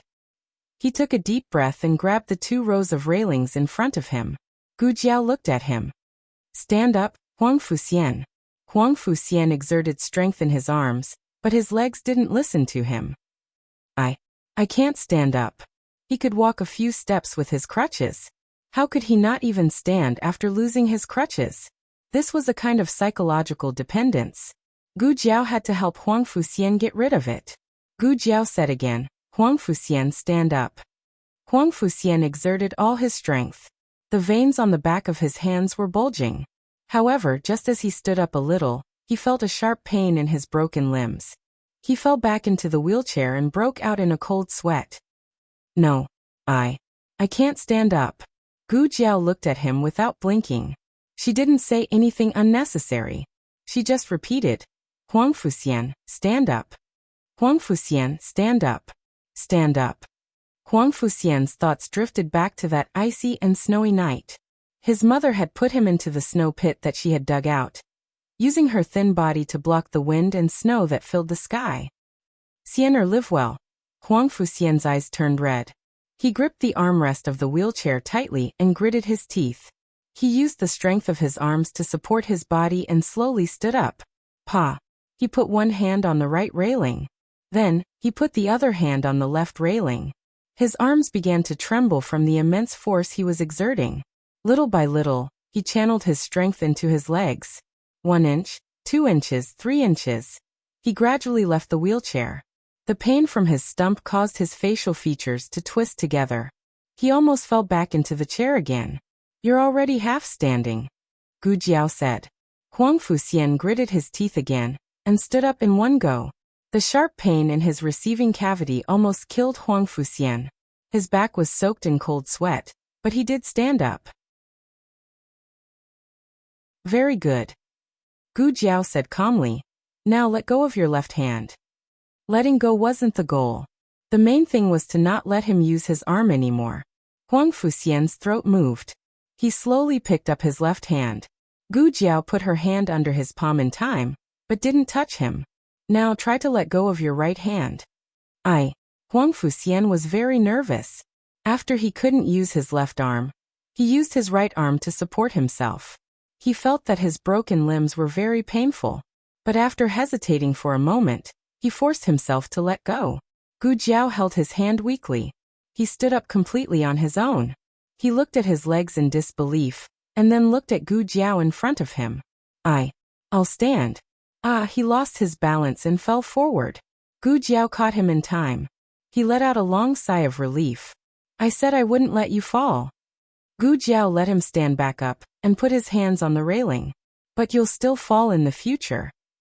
Now you're just building the confidence to stand up. Okay. Huang Fuxian nodded. He wasn't so scared when he really crossed that hurdle. It was painful, but he already knew how painful it was. It doesn't hurt, he said. Gu Jiao said. Say that after you walk a few steps. Sure enough, Huang Fuxian was slapped in the face. It was too painful. Every step was like walking on the tip of a knife. Fortunately, the bone grinding was anesthetized. Gu Jiao thought that half of the pain was psychological, so it was normal. The first day of formal rehabilitation was to adapt. Gu Jiao didn't let him practice for too long. In less than an hour, he was back in the wheelchair. At this time, there was no dry spot on Huang Fuxian's body. Master, I've prepared the hot water. Lien saw that they were done practicing and walked out of the room with a smile. Huang Fuxian looked at Gu Jiao. Gu Jiao said, Go take a bath. Don't catch a cold. Okay. Huang Fuxian nodded. Gu Jiao turned back to her side. Huang Fuxian suddenly called out to her. Dr. Gu, thank you. Gu Jiao nodded. Gu Jiao left the backyard of her master's house. As soon as she entered her own backyard, she saw her grandaunt sitting in the hallway. She stood in her grandaunt's position and looked in the direction of the rehabilitation field. She suddenly understood what her grandaunt was looking at. Not playing cards anymore? Gu Jiao asked with a smile. I'll go play now. Empress Dowager Zhuang raised her chin and walked out. Lu Cuihua. We need one more. Empress Dowager Zhuang was in a good mood today. When she played cards, she went easy, so the neighbors lost less money. Gu Jiao returned to the east room. Little Jing Kong didn't go to class today. He just went to play with Princess Xinyang. At this time, he ran in with a few knots on his head. Jiao Jiao Jiao Jiao. Gu Jiao looked back at him. He put his little head in front of Gu Jiao. Jiao Jiao, look. Gu Jiao grabbed his knots. You look good. In a few months, he would be able to tie his hair into a small bun. Little Jing Kong was happy and shy. The princess did it for me. Gu Jiao praised. You did it well. Little Jing Kong said, Jiao Jiao. Gu Jiao said, That. Little Jing Kong lowered his head and played with his fingers. Do you still have that delicious drink? After he gave the 2 bottles he had picked up to Princess Xinyang, he regretted it. If he had known, he would have kept 1 bottle. Gu Jiao tidied up the small medicine box. What's the delicious drink? Little Jing Kong began to look into the small medicine box. It's blue. It's sweet and sour. Gu Jiao understood. Calcium supplement oral liquid? There's no more. That one only appeared twice, and then it never appeared again. Little Jing Kong was disappointed. He looked at the small medicine box and didn't understand. Why are there only 2 bottles this time? Didn't there used to be a lot of them? It was Gu Jiao's turn to be puzzled. Oral fluids were counted by boxes. There were 10 bottles in a box. Why did he say there were only 2 bottles? Well. Little Jing Kong grabbed his knots and told Gu Jiao about the blue bottle he found under the bed. Gu Jiao was very sure that there was no oral calcium supplement in the medicine box during this period. But if there was a blue liquid, then it could only be psychedelic 1. Gu Jiao asked Little Jing Kong about the specific day he found it. Little Jing Kong said it was the day he sent the baby away, Gu Jiao paused. Did you send him to Princess Xinyang, or back to his parents? Little Jing Kong said. His parents. His parents came to look for the baby. That was the day Psychedelic One appeared. Did she accidentally drop 2 bottles on the ground when she put the medicine back? Gu Jiao closed the medicine box. Where did you put the medicine? He definitely didn't drink it. Otherwise, little Jing Kong wouldn't be standing there in one piece. Little Jing Kong said. The princess was very sad that day. I wanted to comfort her, so I gave it to her. Gu Jiao felt like she was shot in the heart by an arrow. Wait, Princess Xinyang probably didn't drink it. Otherwise, she would have been in trouble. Little Jing Kong swallowed his saliva. Jiao Jiao, do you have more? I want to drink it. Gu Jiao rubbed his little head. No. If I have more in the future, I'll keep it for you. Okay. Little Jing Kong was an obedient child. Since Gu Jiao said there wasn't any for now, he could wait until later. By the way, where's the princess? She left. She left. Gu Jiao looked at the medicine box on the table, which was becoming more and more naughty. She resisted the urge to punch it and said to little Jing Kong, I'm going out for a while. I'll be back soon. Little Jing Kong responded cutely, Okay Jiao Jiao.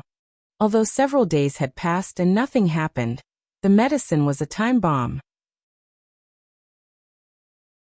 If she didn't know about it, she would take it back immediately. Gu Jiao didn't even sit in the carriage. She rode directly to Zhuke Avenue. Yujin was watering the flowers in the front yard.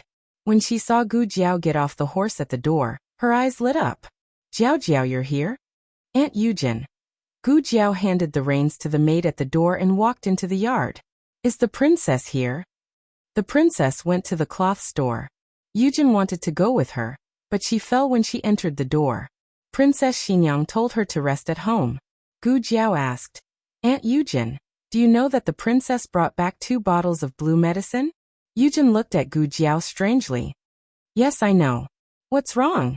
Gu Jiao paused. She didn't say that it was an aphrodisiac. She only said, There's something wrong with the medicine.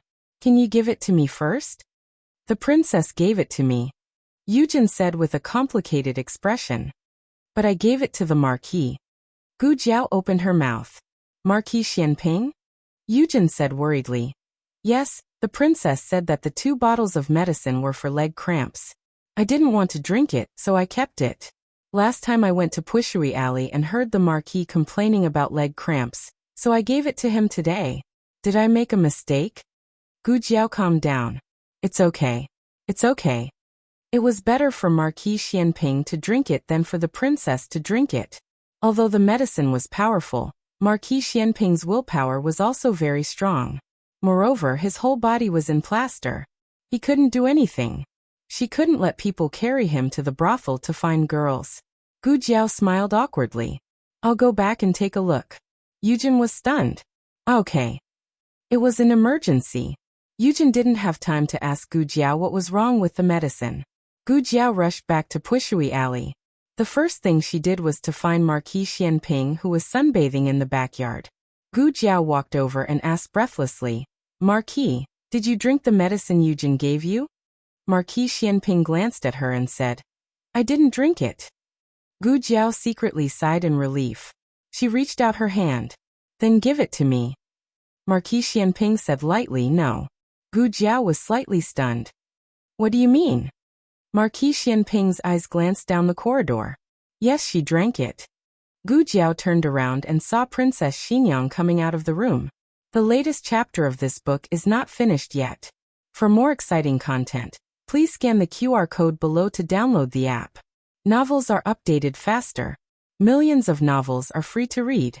Novels with content that can't be found online are all available here. https://www.zhbqg.com/89642_8964226/1081333275. HTML Genius remembered the website address in 1 second. www.zhbqg.com Bikugo mobile reading website. zhbqg.com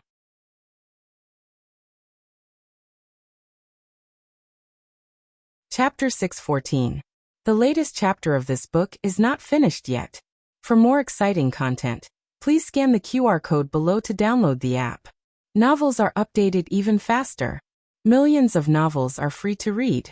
Novels with connotations that can't be found online are all available here. Gu Jiao's mind was filled with one sentence. It's over, it's completely over. Gu Jiao gritted out a few words from between her teeth. How could Princess Xinyang drink the medicine? Didn't Yujin give it to you? Wasn't it because someone had a cheap mouth, showing off and angering Princess Xinyang? In a fit of anger, Princess Xinyang didn't give him any medicine to stop the pain, and directly drank it herself.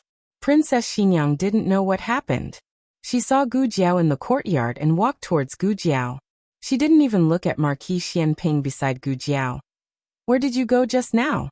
I couldn't find you. I should be the one asking you that. Where did you go just now?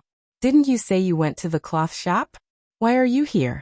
As if seeing Gu Jiao's confusion, Princess Xinyang said, When I returned to Vermilion Bird Avenue, I remembered that I had finished making your clothes, so I went to the cloth shop to get them.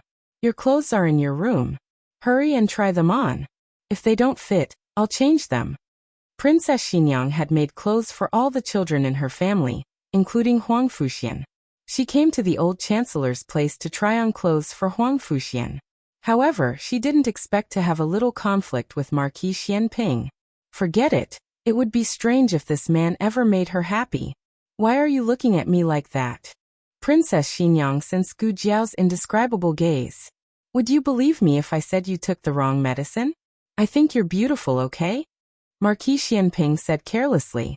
Princess Xinyang glared at him and said to Gu Jiao, What are you standing there for? Hurry and come over. Oh. Gu Jiao silently followed. The two arrived at Gu Jiao's room. Princess Xinyang took out the dress that was folded on the bed. After unfolding it, she first compared it to Gu Jiao's body. It looks quite suitable. Originally, it was made according to your measurements. I was just afraid that some of the embroiderer's needlework wasn't good enough. Princess Xinyang had bought enough clothes for Gu Jiao, but a rich mother-in-law would never complain about more clothes for her daughter-in-law. At this moment, Gu Jiao was not in the mood to think about whether or not the clothes fit. She had been secretly observing Princess Xinyang's complexion and breathing. Princess, she said. What's wrong? Raise your arms, said Princess Xinyang. Gu Jiao raised her arm, and Princess Xinyang unfolded her sleeve and gestured. Gu Jiao allowed her to compare the clothes and said calmly, Do you feel uncomfortable anywhere? Princess Xinyang said, No, why do you ask? Gu Jiao's fingertips moved. It's the one you just ate. Before Gu Jiao could finish speaking, Xiao Heng returned from Hanlin Academy. He came to Gu Jiao's door and saw the two of them. He hurriedly greeted them. Mother Jiao Jiao, you're back. Princess Xinyang glanced at him. Hurry and try on your clothes. There were clothes again. Xiao Heng's mouth twitched. Okay. Sure enough, it was the same as when he was a child. He wished he could wear 30 sets of clothes a month and change every day. He didn't have any objections to wearing new clothes, but he didn't like to try them on. But his mother had spoken, so he couldn't do anything about it. Okay, try it on yourself. Princess Xinyang handed the clothes to Gu Jiao. Where are you going? Asked Gu Jiao. Princess Xinyang sneered. I'm not going. I'm going to ask Lu Quan if the horse I gave him a few days ago is still working. You can't go find Lu Quan. Gu Jiao hurriedly said. It's good, it's good. A fine steed. It's very fast. I've already tried it. How about, Princess, you go sit in the study? Princess Xinyang looked at Gu Jiao strangely. She felt that Gu Jiao's reaction was a bit strange, but she didn't take it to heart. Got it. She went to the study. Gu Jiao put down the clothes and went to Xiao Heng's room. Xiao Heng was unbuckling his belt. Her sudden entrance gave him a fright. Gu Jiao looked at his loose belt and calmly said, Husband, something happened. Xiao Heng tightened his grip on his belt. Why am I not satisfied with your reaction? He cleared his throat and sternly said, You turn around first. Oh. Gu Jiao turned around and muttered. It's like no one has seen it before. What did you say? Nothing. She was determined not to admit that she had seen him naked when she was drunk. Xiao Heng tidied up his clothes and placed the clothes he had changed out of on a shelf at the side. He asked, "What happened?" "That's enough." Gu Jiao turned around and told him about the medicine. Most people's first reaction to this was either, "Oh my god, luckily Jing Kong didn't drink it," or "Princess Xinyang is too unlucky. How could she drink it?" However, Xiao Heng looked at Gu Jiao with a puzzled expression. "Why do you have this medicine?" "Gu Jiao, would you believe me if I said it was the medicine box that gave it to me?" "Xiao Heng, it would be strange if I believed you." Xiao Heng looked at Gu Jiao with a complicated expression. She said that he would wait for her to grow up, but in the end, she couldn't help but drug him first? "Gu Jiao, can your focus be any more skewed?" "Then what do we do now?" Xiao Heng asked. They could talk about the drug later. Right now they had to solve this problem first. Is there an antidote? Princess Xinyang and Marquis Xianping weren't real husband and wife, so they couldn't sleep together. Otherwise, Princess Xinyang would probably kill someone when she woke up. Gu Jiao said regretfully, "There is no antidote." Xiao Heng's expression changed slightly. "Could it be that we can only—" Gu Jiao blinked. "The princess really doesn't have a male companion?" Xiao Heng. Gu Jiao could ask this question, which meant that she could easily overcome the effects of the medicine. However, Princess Xinyang really didn't have a male companion. She couldn't get close to men at all. The so-called male companion was just a rumor. Gu Jiao sighed. "Then we can only give her more water. Then I'll give her some tonics to see if it can speed up her metabolism." "That's the only way," Xiao Heng said. "I'll go make some herbal tea." The young couple went their separate ways. Gu Jiao went back to the east room and opened the small medicine box to take out the tonics. However, when she opened the door to the study, she found that Princess Xinyang had long disappeared. "Husband." Gu Jiao went to the kitchen. Xiao Heng had just put the firewood into the stove. Hearing this, he looked at her with a confused expression. Gu Jiao whispered, "The princess disappeared." Xiao Heng's hand trembled, and the firewood fell out of the stove. He stood up quickly. "Hurry up and look for her. It would be bad if his mother randomly picked up a man on the street and brought him back." As soon as Xiao Heng left the kitchen, Gu Jiao pulled on his sleeve and pointed to the backyard next door. "It seems that there's no need to look." In the backyard, Marquis Xianping was lying in a wheelchair, basking in the sun. He was bored to death, but what could he do? He sighed again and again. Suddenly, a figure with a murderous aura came to his wheelchair. The owner of the figure reached out a hand that was as delicate as jade and slowly grabbed his collar. Marquis Xianping felt his throat tighten. The next second, he was pushed back by a strong force, and even his wheelchair was pushed to the ground. Marquis Xianping couldn't turn his head and could only look at the shadow on the ground. He frowned and said, "Qin Fengwan? Qin Fengwan, what are you doing?" Princess Xinyang didn't say anything.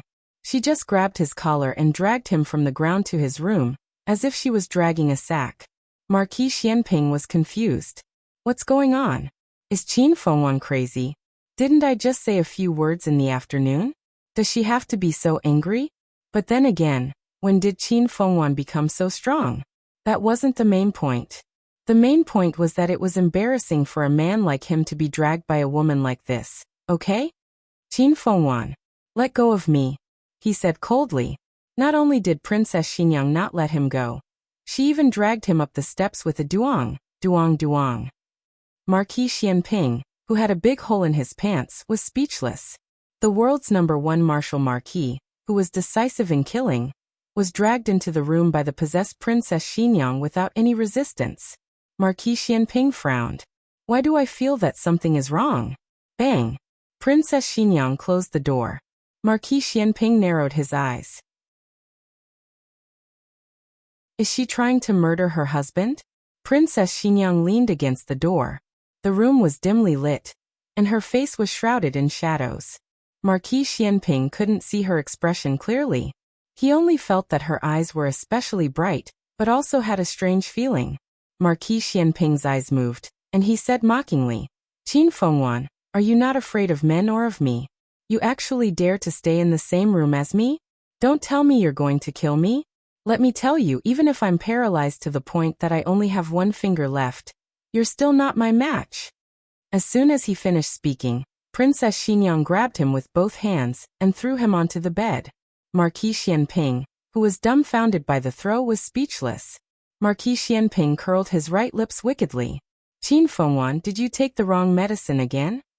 Marquis Xianping closed his eyes and said faintly, "Qin Fengwan, I'm injured and can't do it." Marquis Xianping exploded. "Qin Fengwan, you beast, the latest chapter of this book isn't finished yet. For more exciting content, please scan the QR code below to download the app. The novel will be updated even faster. Millions of novels will be read for free. Novels with connotations that can't be found online are all available here. https://www.zhhbqg.com/89642_89642826/10813242. HTML Genius will remember this website's address in 1 second. www.zhhbqg.com Bikago mobile reading website.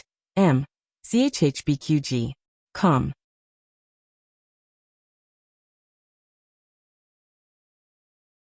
Chapter 615. The latest chapter of this book is not finished yet. For more exciting content, please scan the QR code below to download the app. Novels are updated even faster. Millions of novels are free to read.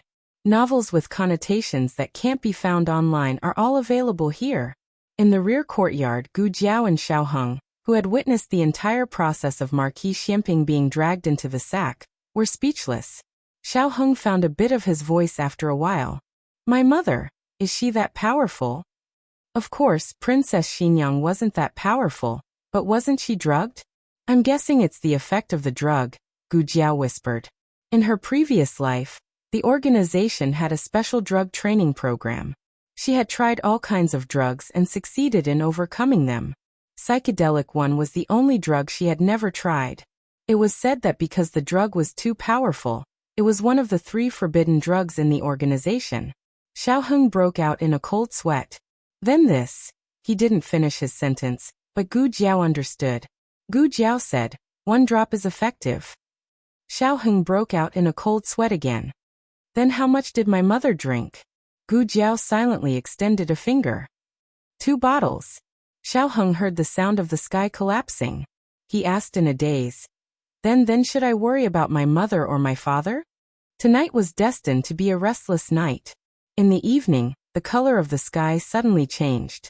Thunder and lightning intersected, strong winds blew, and torrential rain poured down all night. Princess Xinyang woke up with a wave of soreness. Her head hurt, her legs hurt, and her entire body hurt. She didn't come back to her senses for a moment. She still thought she was in the house on Vermilion Bird Avenue. She called out in a daze, "Yujin." As soon as she opened her mouth, she felt a burning pain in her throat. Her voice was also unbelievably hoarse. "Yujin." She called out again. This time, she was sure it wasn't an illusion. She really was tired and mute. "Am I sick?" She slowly raised her sore arm and gasped in pain. She wanted to rub her forehead, but she touched something not quite right. She opened her eyes wide to take a look. Beneath him was. Her expression changed and she rolled down from the body that was too horrible to look at. She grabbed the blanket and covered herself with it. Instinctively, she kicked the other party twice. Ugh! Xianping He was awakened by the kick, and a magnetic murmur came from his throat. The man's voice was a little hoarse, but it was different from a woman's hoarse voice. It had a mature charm. Princess Xinyang wished she could go deaf. She didn't fall on the outside of the bed. Instead, she fell on the inside of the bed. The bed wasn't big. Of course, it could also be because he was too tall. Once he laid down, he occupied the entire bed. If she wanted to get off the bed, she would have to climb over him. He didn't even have a complete set of clothes on him. Princess Xinyang took one look and felt suffocated. She hurriedly covered her eyes with a blanket. At this moment, she wished she could go blind. She was calm and collected in everything, but it was very difficult for her to get along with men. Xianping He was a man after all, and a thick-skinned one at that. After a short moment of dizziness, he woke up. He looked at Princess Xinyang, who was tightly covering herself with the blanket, and his eyes narrowed dangerously. Qin Fengwan, what tricks are you playing now? Why you move aside? Princess Xinyang sat on the corner of the bed and covered her head with the blanket. Xian Pingho looked at her with a dark expression. Qin Fengwan, what kind of disdainful tone is that? Do you want me to remind you of what you did to me yesterday? No, yesterday plus last night? Princess Xinyang's mind started to have an image. Her body gradually froze. Her blanket only covered half of her body, mainly her head. Her legs were still exposed. Xian Pingho looked at her and sneered. You remember now? Qin Fengwan, I haven't seen you for many years. Your methods have improved. You purposely had Yujin drug me. When I didn't take it, you snatched it and ate it. You still say you don't have ulterior motives toward me. The two of them weren't fools. It wouldn't be right if they still couldn't tell that there was something wrong with the 2 bottles of medicine. But Princess Xinyang didn't do it on purpose. That medicine was clearly given to her by little Jing Kong to treat leg cramps. How could it have this kind of effect? If she said she didn't know and was innocent now, this man probably wouldn't believe her. After all, she didn't do anything usually, but he already thought she had ulterior motives toward him. Now that she really did something, she wouldn't be able to clear her name even if she jumped into the Yellow River. Xian Pingho had an, as expected, expression. Can't say anything? I knew you did it on purpose. Just how many wrong medicines did you take? This marquis almost lost half of his life. Princess Xinyang's face flushed red. Can't a man like you save some face for yourself? Princess Xinyang gave up on arguing with him about the medicine. She couldn't be led by the nose by him. She had to take back the initiative. She composed herself and tried to calm down. Why, you know I took the wrong medicine, so why didn't you push me away? Xian Pingho sneered. Qin Fengwan, do you want to see what you did to me? Princess Xinyang slowly pulled down the quilt covering her head, revealing a pair of red and swollen almond-shaped eyes from crying. She looked at Xian Pingho's upper body nervously. In the end, she saw that Xian Pingho's hands were tied to the head of the bed. Princess Xinyang. Disbelief and panic flashed across her eyes. Xian Pingho took in her expression. He shook the rope in his hands and smiled mockingly. I couldn't tell, Qin Fengwan, that you have this kind of fetish. Princess Xinyang wished she could find a hole to hide in. What kind of fetish was she into? I was afraid he would run away, but that wasn't her. She took the wrong medicine and lost all rationality. She didn't know what she was doing. But don't you have? Princess Xinyang only wanted to change the topic. She quickly used any excuse she could think of. But halfway through her question, she saw the plaster pieces all over the ground and the hammer lying on top of them. Very well, the possibility of him using his internal energy to shake off the plaster and sleep with her also died. Princess Xinyang blushed and glanced at him from the corner of her eyes. Why, if you don't do that, I can't. Xian Pingho frowned. Qin Fengwan, I'm not a eunuch. This sentence directly hammered this path to death. The princess of Xinyang bit her lip tightly. She still didn't give up and still felt that this matter definitely wasn't her fault alone. Suddenly, some images flashed through her mind. She sat up straight and said seriously, okay, even if it was my fault at the beginning, but later, wasn't it all? Yourself, if you have the ability, don't. She really couldn't bring herself to say the word yourself. Xian Pingho was so angry that he laughed and said with a chuckle, isn't that because your skills aren't good enough? And almost, speaking up to this point, he raised his eyebrows and said without changing his expression, sit and break. Princess Xinyang was about to explode. Heavens, someone come and sew his mouth shut. The next evening, Gu Jiao and Xiaoheng were called to Vermilion Bird Avenue by Princess Xinyang. Princess Xinyang had already returned to her room, washed up, and dressed neatly as if nothing had happened. But her aura was very cold. Gu Jiao and Xiaoheng both felt a chill on their necks. Xiaoheng took a step forward without leaving a trace and shielded Gu Jiao behind him, bearing his mother's fury alone. Princess Xinyang was furious. Get out. I have something to say to her. Xiaoheng obviously wouldn't leave Gu Jiao under Princess Xinyang's fury. He said, it has nothing to do with Jiao Jiao. It's me. Princess Xinyang said angrily. Is it you? Get out. She really wanted to settle the score with these two little things, but now wasn't the time. She had more important things to do. Go. Gu Jiao whispered to Xiaoheng. She can't beat me. Princess Xinyang. Xiaoheng made an oh sound and left. Princess Xinyang was even angrier. She didn't know what she was angry about, but after what happened last night, she didn't like anyone. Close the door. Princess Xinyang yelled at the door. Xiaoheng's mouth twitched. Close the door. My mother is so fierce. Princess Xinyang took a deep breath and suppressed her anger. She said slowly, Do you have any contraceptive? Gu Jiao was stunned. Contraceptive? Was it that shocking? Didn't she like children? Princess Xinyang liked children, but she didn't have the confidence to be a mother again. Let me see. Gu Jiao put the medicine box on the table, opened it, and began rummaging through it. But where was the contraceptive? It was full of pregnancy pills, oral progesterone tablets, iron folic acid tablets. There was even a very cute picture of a baby printed on the bottle. Gu Jiao looked at the medicine box, speechless. Are you kidding me? Although Princess Xinyang didn't understand the words on the bottle, she could tell the effects from the picture. She gritted her teeth. Gu Jiao blinked innocently. If I said I didn't prepare these, would you believe me? The latest chapter of this book is not finished yet. For more exciting content, please scan the QR code below to download the app. Novels are updated faster. Millions of novels are free to read. Novels with content that can't be found online are all available here. https://www.zhhbqg.com/89642_896428226/108113093. HTML Genius memorized this website's address in 1 second. www.zhhbqg.com Bikugo mobile reading website. zhhbqg.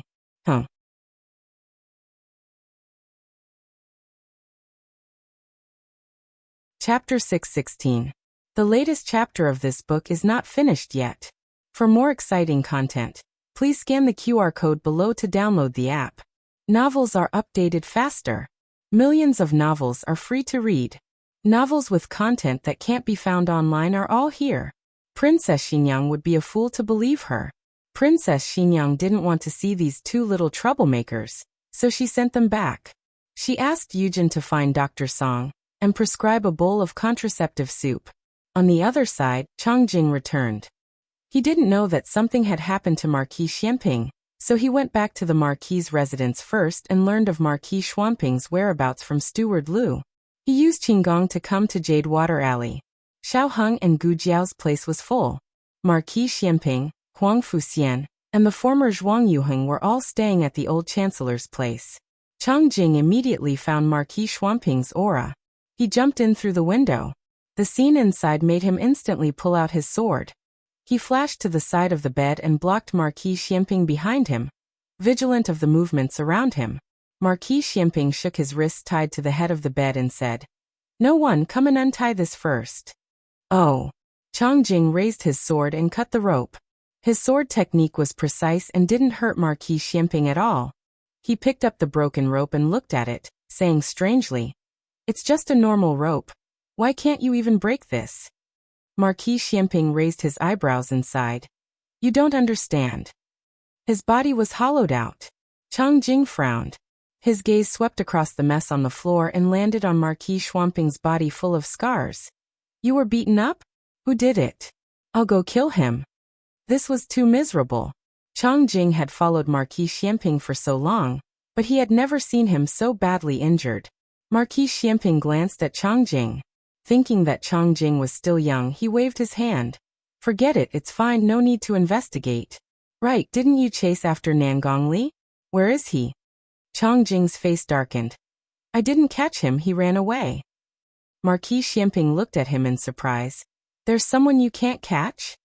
It wasn't that Changjing's martial arts were invincible, but that Nangongli was obviously not Changjing's opponent. Furthermore, he had a broken arm.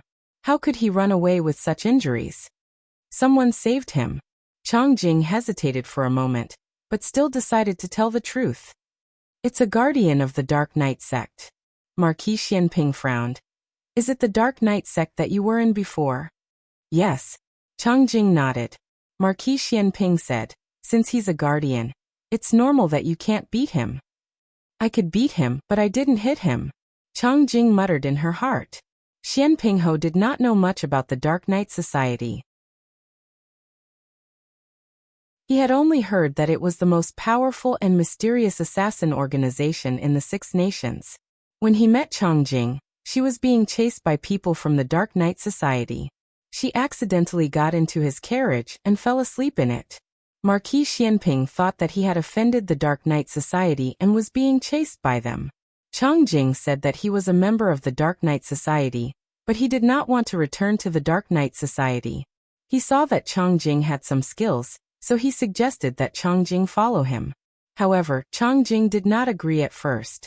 He also found that Changjing liked to play marbles, so he practiced hard for many days and finally won Changjing back. Until now, Marquis Xianping still thought that Changjing was just a small traitor of the Dark Knight Society.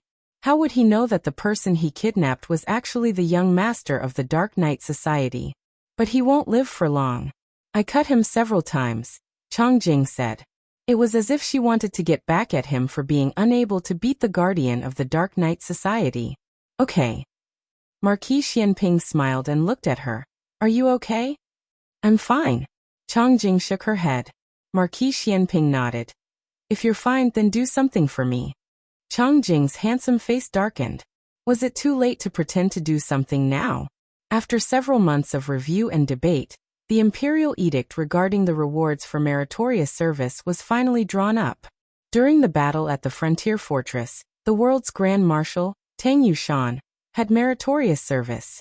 He was conferred the title of Count Tang En, and rewarded with 1,000 taels of silver.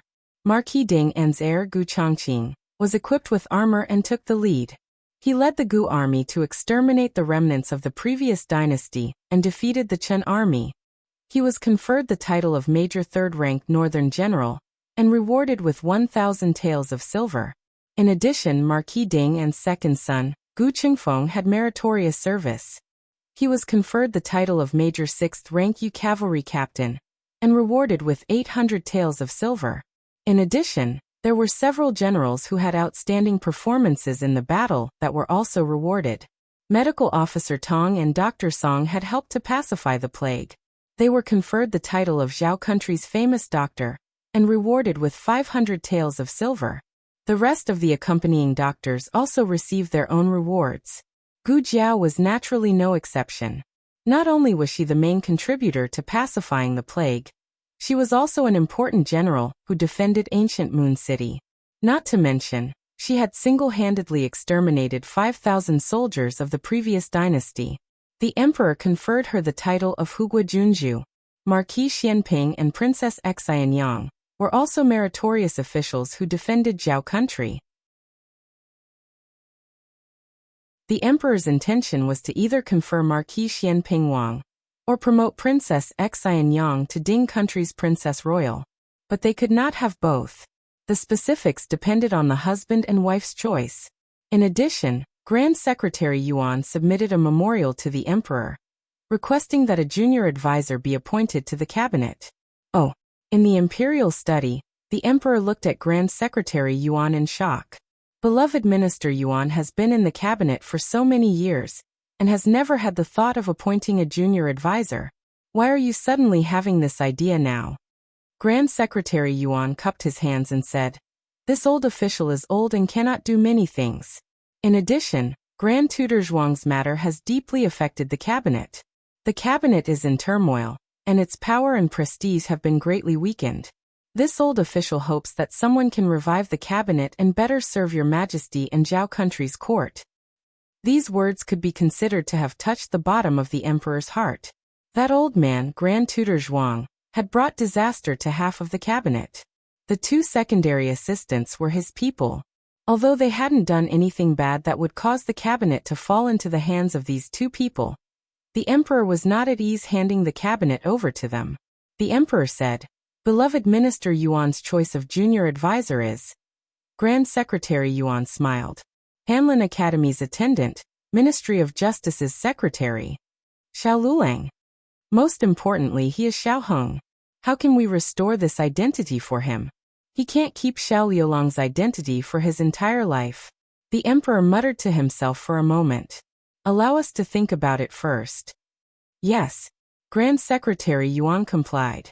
This matter was of great importance. Careful consideration was correct. That's right. Just as Grand Secretary Yuan was about to withdraw, the emperor called out to him. We heard that the Yuan family is going to form a marriage alliance with the Marquis Ding and Fu? Is there such a thing? Grand Secretary Yuan said. There is indeed such a thing. Gu Chongqing and this old official's granddaughter Yuan Baolin. The emperor was surprised, but after thinking about it, he felt it was appropriate. Chongqing and Baolin are a match made in heaven. Mentioning this, Grand Secretary Yuan smiled helplessly. In reality, it was the two children themselves who agreed. The misunderstanding that Yuan Baolin was not pregnant had long been resolved. To be honest, Grand Secretary Yuan felt that there was no chance for the two of them. They didn't have much passion for each other. He thought that if one of them was unwilling, Grand Secretary Yuan didn't plan on forcing the two to marry. Who would have thought that the two of them would suddenly agree one day? It was as if they had discussed it beforehand. This made it difficult for Grand Secretary Yuan to refuse. The auspicious date for the Board of Astronomy had been calculated. It was the 9th of the 3rd month. Marquis Gu received news that Empress Dowager Zhuang would personally come to inspect the Fu. He got up before the sun rose and tidied himself up. Neatly dressed, he waited at the entrance of the new Fu. He was very excited, because he was going to see Empress Dowager Zhuang. It had to be known that with his official position, he didn't even attend court much less see the Empress Dowager who had the power to overturn the court. How could he know that not only had he seen her, he had also mocked and ridiculed her? The second reason for his excitement was that he was finally going to see the mysterious owner of this Fu. This Fu was built according to the specifications of a Princess Fu. At first, he thought it was built for Zhuang Yueshi. Later, he thought it was built for Princess Ning and who had returned from the frontier fortress. But the Zhuang family had been exiled. Princess Ningen was fake. So who was the owner of this Fu? It couldn't be that little remnant Huang Fuxian, right? No, there was no news of Huang Fuxian returning to the capital in the early stages of construction. Who is it? Marquis Gu was so curious that his heart felt like it was being scratched by a cat. Marquis. Huang Zhong rushed over. The Empress Dowager's guards of honor are here. Prepare to welcome the Empress Dowager. Marquis Gu adjusted the black gauze hat on his head and flicked his wide sleeves. Together with the officials and the attendants present, he bowed respectfully. The Empress Dowager's guards of honor majestically stopped in front of the magnificent Fu. Marquis Gu loudly said, "Welcome, Empress Dowager. Long live the Empress Dowager." Everyone followed suit and bowed. "Welcome, Empress Dowager. Long live the Empress Dowager." Eunuch Qin got off the carriage first and lifted the curtain for Empress Dowager Zhuang. Empress Dowager Zhuang got off the carriage with a young girl in green. Marquis Gu's gaze fell on the young girl's green dress and white embroidered shoes. He thought to himself, is this the owner of the Fu? Sure enough, her bearing is extraordinary. When she walks, she is more heroic and noble than ordinary women. Come and see your Fu, Empress Dowager Zhuang said. Okay. The young girl responded. Marquis Gu frowned. Why does this voice sound a little familiar? Marquis Gu bravely raised his head and glanced at the young girl. He was so shocked that he froze on the spot. Why is it this stinky girl? He looked at the Empress Dowager again. The next second he knelt down with a plop. It wasn't because of fear, but because of shock. Isn't this the old lady of that girl's family? He had seen her in the countryside. At that time, he felt that she looked familiar. But he and the Empress Dowager had only seen each other a few times, so he didn't dare to recognize her. No one would be able to admit it. How could the Empress Dowager be a foodie old lady from the countryside? Did he say anything disrespectful to the old lady? No, The Empress Dowager? Oh no, I'm too nervous. I can't remember at all. Marquis Gu felt like dying. What on earth did this lass do? Why did she hide the Empress Dowager in her own house? Why didn't she tell him? Would it kill her to tell him? She only knows how to cheat him every day. Marquis Gu clutched his chest. He felt that he was going to have a heart attack. This girl is here to jinx me, she is here to take my life. Marquis Gu felt that he was most likely going to die. He gritted his teeth and closed his eyes. Unexpectedly, Empress Dowager Zhuang didn't even look at him, and directly brought Gu Jiao into the fu. Marquis Gu was speechless. Do you like it? In the pavilion, Empress Dowager Zhuang asked Gu Jiao. I like it, Gu Jiao said seriously. She really liked it. There was a house that was built according to Clearwater Alley. There was also a courtyard that was built step by step according to the medical center. In addition, there were pavilions, waterside corridors, a library, a practice room, and a meadow for riding and archery. Empress Dowager Zhuang said, Clearwater Alley is almost full. Find a day to move in. Gu Jiao opened her mouth. Empress Dowager Zhuang took in her expression and asked, What's wrong? You can't bear to leave? Gu Jiao clutched her chest. This was her reluctance? When she first left the village, Gu Jiao didn't feel this way. She seemed to be able to feel the complex emotions that she couldn't before. Empress Dowager Zhuang handed the deed to her. Don't worry. You can move when you want. Okay. Gu Jiao agreed. The two wandered around the fu and then took the carriage back. In the carriage, Gu Jiao's heart suddenly twitched. She clutched her chest and frowned. Empress Dowager Zhuang noticed her strangeness and asked worriedly, What's wrong? Gu Jiao pointed to her chest. It hurts. Empress Dowager Zhuang asked strangely, You don't have a heart disease. Why does it hurt? Gu Jiao pondered for a moment, and her eyes narrowed. It's not me. It's Yan. Gu Yan's heart disease acted up. It acted up without warning. The teacher was teaching when the students suddenly shouted. The teacher looked up and saw Gu Yan fall to the ground. Gu Shaoshun immediately rushed up and took out the medicine in the teacher's purse to feed him. Gu Yan's heart disease hadn't acted up seriously for half a year. Occasionally he would feel uncomfortable, but taking a pill would immediately help. But this time, it didn't seem to work. Gu Jiao quickly ran back to Clearwater Alley. Yao Shi had already fainted from crying. Gu Shaoshun ran out of the central room. Sister, you're back. Gu Yan he. Gu Jiao stared and asked, Where is he? Gu Shaoshun quickly said, In your room. Gu Jiao entered the eastern room. Gu Yan's condition was very bad. His heart stopped again. Everything seemed to have returned to the first time they met at the hot spring villa. He was also like this and might not be saved at any time. Gu Jiao took out the epinephrine and saline from the small medicine box. 1 needle, 2 needles, 3 needles. After 4 injections, Gu Yan's heart finally started to beat again. He slowly opened his eyes and saw Gu Jiao. His empty and dim eyes suddenly seemed to light up. Sister. He had been led astray by little Jing Kong to Jiao Jiao. Only when he was weak to a certain extent would he have this behavior. Gu Jiao took off her gloves and touched his forehead. I'm here. Hug me, he said. Gu Jiao gently held him in her arms. Gu Yan breathed in her scent and closed his eyes in peace. He said weakly, I'm not afraid when you're here. I'm leaving. When I leave, you'll accompany me. I want you to send me off. The latest chapter of this book is not finished yet. For more exciting content, please scan the QR code below to download the app. Novels are updated faster. Millions of novels are free to read. Novels that can't be found online are all available here. https://www.zhbqg.com/89642_896422826/108112133.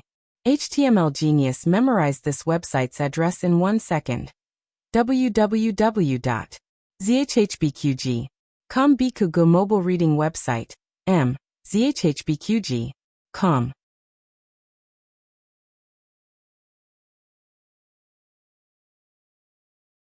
Chapter 617. The latest chapter of this book is not finished yet. For more exciting content, Please scan the QR code below to download the app. The novel is more complete and updated faster. Millions of novels are free to read. There are novels with connotations that can't be found on the internet here. Gu Jiao's heart was aching. She couldn't tell whether it was her own feeling or Gu Yan's pain. She was a person who lacked emotional perception. Many of her experiences of this world came from Gu Yan. If she and Gu Yan were compared to a tree, then her branch had already turned into iron. It was Gu Yan who passed on his feelings to her, making her deeply feel that she was still alive and living under the sun with Gu Yan. This analogy might not be appropriate, but she knew that she and Gu Yan were inseparable. They had the deepest bond in the world. Gu Jiao hugged Gu Yan tightly and covered his burning forehead with one hand. You won't go. I want you to stay. Gu Yan fell asleep in Gu Jiao's arms. Unlike the time when he was rescued in the hot spring villa, his situation this time was really bad to a certain extent. Gu Yan had to be operated on. However, this was not an ordinary surgery. It could be done by anesthesia, cutting open the wound, resolving the focus of the disease, and suturing. Gu Yan's operation required extracorporeal circulation. She didn't have the equipment for extracorporeal circulation, nor did she have the other drugs and equipment needed for the operation. Although the small medicine box could provide a continuous supply of drugs and medical consumables for the research institute, they were all very small and would not exceed the size of the box. Moreover, according to Gu Yan's current situation, what he needed was not only a set of extracorporeal circulation equipment, but also a complete operating room. Gu Jiao looked down at Gu Yan, who was sleeping soundly in her arms. He was too weak. Even the small tuft of hair on the top of his head couldn't stand up. It drooped there listlessly. Gu Jiao held Gu Yan's weak hand and said firmly again, "You won't go. I won't let you go. I haven't done enough to be your sister. No one can take you away from me, not even Yama." At present, it seemed impossible to operate on Gu Yan. She lacked equipment and an operating room, but she did not want to give up. Gu Jiao hugged Gu Yan for a while. After making sure that Gu Yan would not wake up for the time being, she gently placed Gu Yan back on the bed and covered him with the quilt. She walked out of the east room and said to Gu Xiaoshan, who was anxiously waiting in the central room, "Xiaoshan, come here." "Sister." Gu Xiaoshan turned around and walked towards Gu Jiao.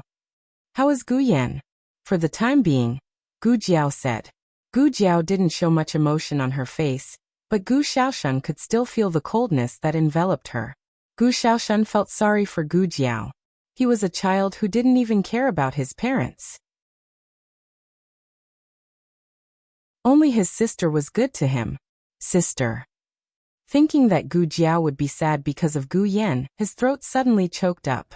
Gu Jiao looked at him and asked, "I have something to ask you." Hearing that it was a serious matter, Gu Xiaoshan hurriedly wiped his tears and pulled himself together. "Sister, go ahead." Gu Jiao asked, "Did Gu Yan have any strange behavior before his heart disease broke out?" Gu Xiaoshan scratched his head. "Strange behavior?" Gu Jiao thought for a while and said, "For example, who did he come into contact with? What did he eat?" Gu Yan had been taking medicine and his heart disease was well controlled. There was still a difference between him and a normal person, but it shouldn't have broken out suddenly. Gu Xiaoshan knew that Gu Yan had a heart disease and would take good care of him in the academy. He would also pay attention to him. He thought carefully. "I entered the academy with him. Then we went to class together and studied together. After class, he went to the outhouse. When he came back, he seemed to say that he was a little tired. He usually said that he was tired, but he wasn't really tired. He just didn't want to go to class and wanted to sleep on the table. I thought he would be like that today, but who would have thought?" He suddenly collapsed while lying on the table. Gu Jiao frowned. Gu Xiaoshan thought of something and suddenly said, "I remember now." Gu Yan came back from the outhouse and said, "It's bad luck to meet someone who doesn't have eyes." I asked him what happened and he said it was nothing. Then he patted his clothes and seemed to have fallen. But I saw that he was fine, so I didn't ask any more questions. Someone who doesn't have eyes? Gu Jiao called Shadow Guard A and Shadow Guard B. "Did you follow Gu Yan today? Did you know that he fell in the outhouse?" The two of them shook their heads. They did follow Gu Yan, but they wouldn't follow him to the outhouse. Shadow Guard A said. We were guarding the courtyard outside the outhouse. If someone wanted to deal with Little Master, we could feel the murderous aura. Gu Jiao said thoughtfully. In other words, Gu Yan was accidentally knocked down by someone? That person didn't have the intention to hurt or kill Gu Yan.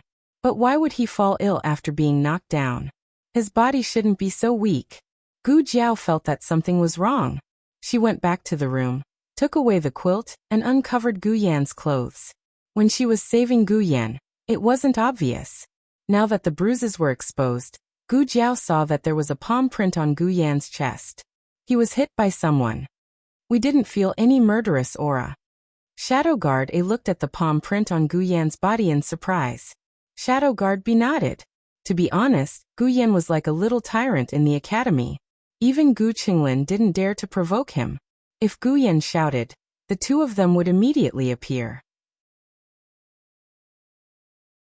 If Gu Yan couldn't shout, then it must be an expert. But if an expert fought, the murderous aura would be too strong. It wouldn't escape their senses. Then there was only one possibility. This person really didn't come to kill Gu Yan. He just accidentally bumped into Gu Yan and conveniently hit Gu Yan. Sister, Mistress Nan is here. Outside the east room, Gu Xiaoshan interrupted Gu Jiao's thoughts. Today was the day that Gu Xiaoshan and Gu Yan went to Master Lu's house to learn. Usually if they didn't go, the shadow guards would inform them. But today no one came. Mistress Nan was worried that something might have happened to someone, so she rushed to Jade Water Alley to take a look. Master Lu also came. Master Lu, Mistress Nan. Gu Jiao went to the central room to greet the two. Mistress Nan sensed the unusual atmosphere when she entered the courtyard. She glanced at Gu Xiaoshan, who was secretly wiping his tears, and asked Gu Jiao, "Did something happen? Why did little Shun, this child, cry? Where's Yin?" "Something happened. His heart disease acted up." "Is it serious?" "A little. Let me see."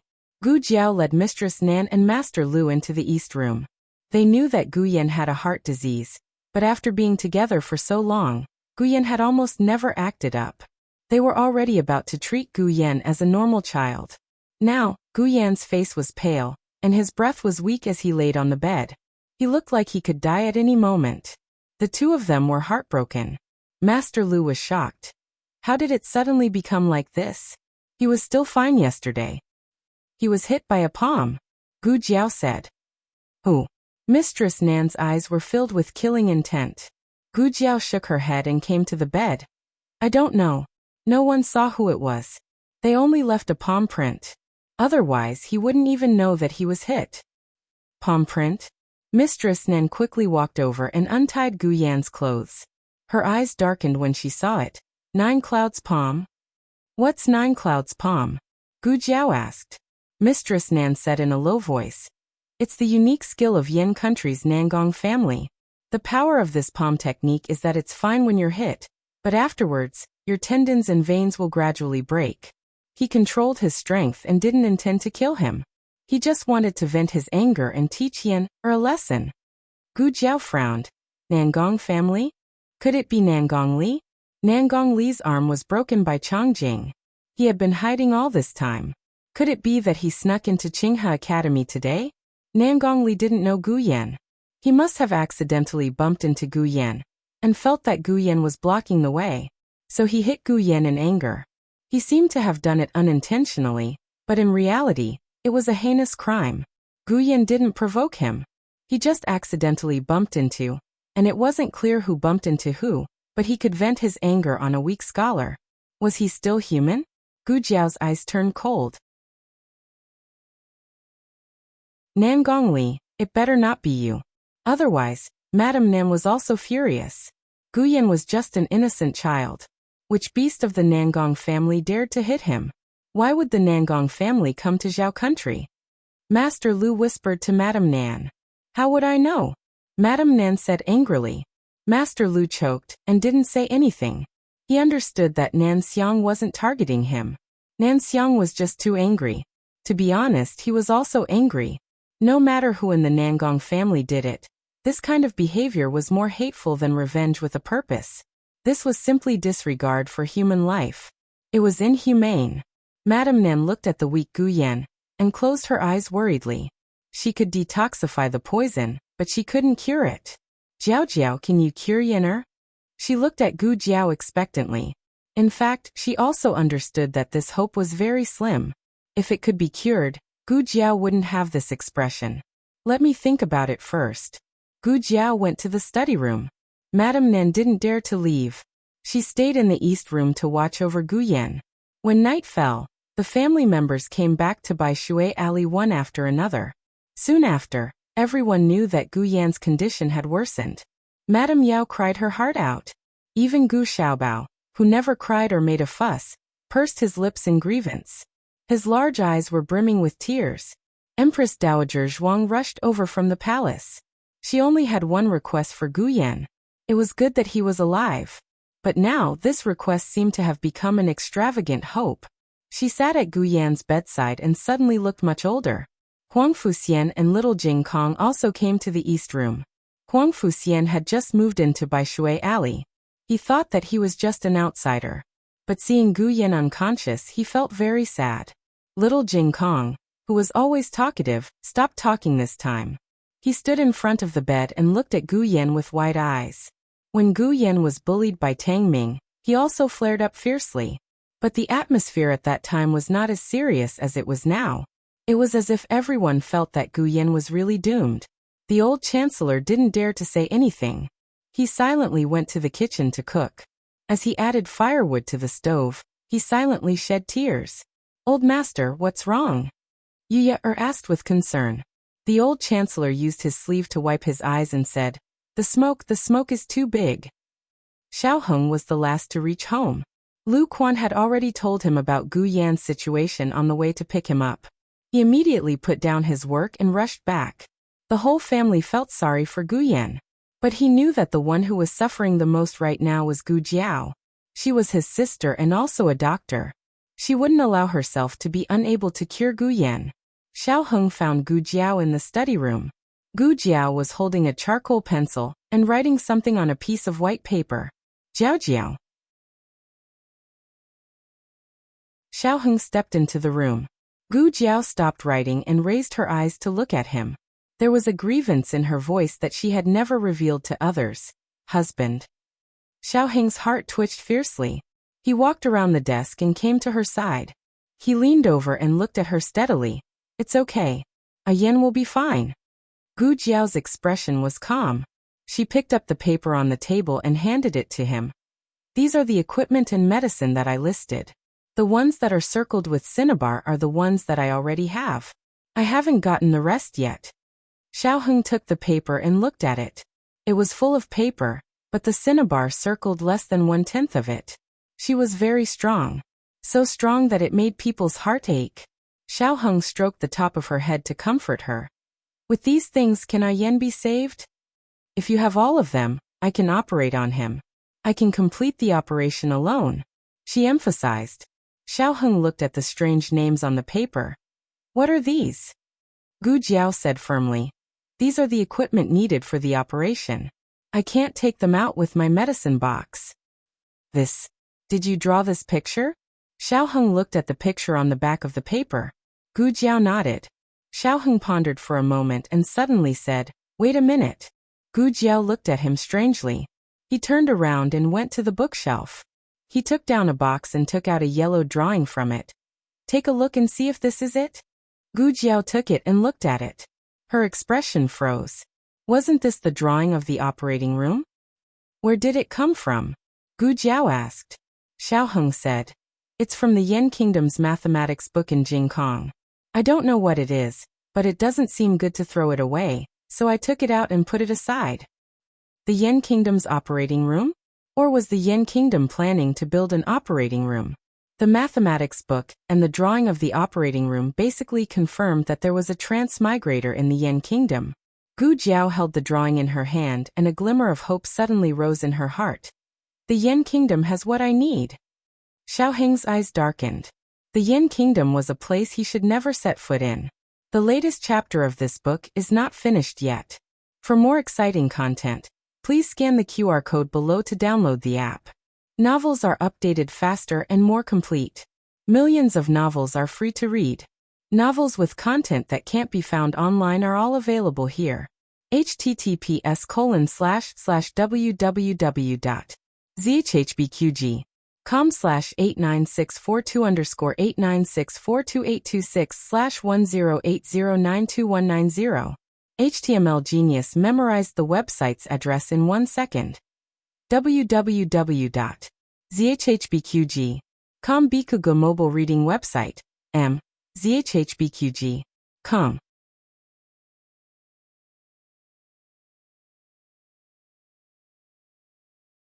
Chapter 618.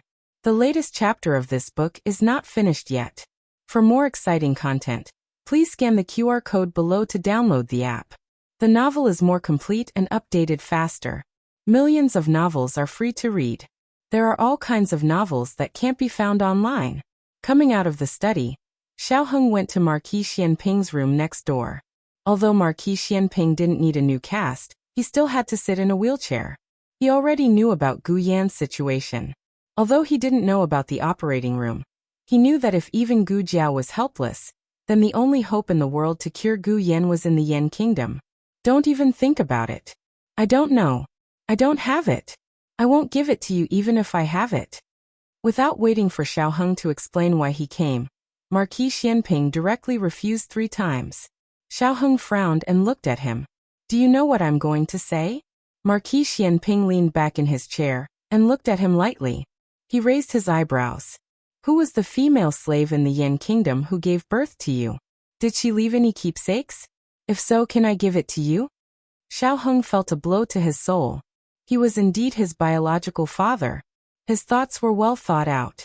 Why? Do you want to go to the Yan Kingdom? Marquis Xianping pretended to be indifferent. Do you know that someone in the Yan Kingdom wants to kill you?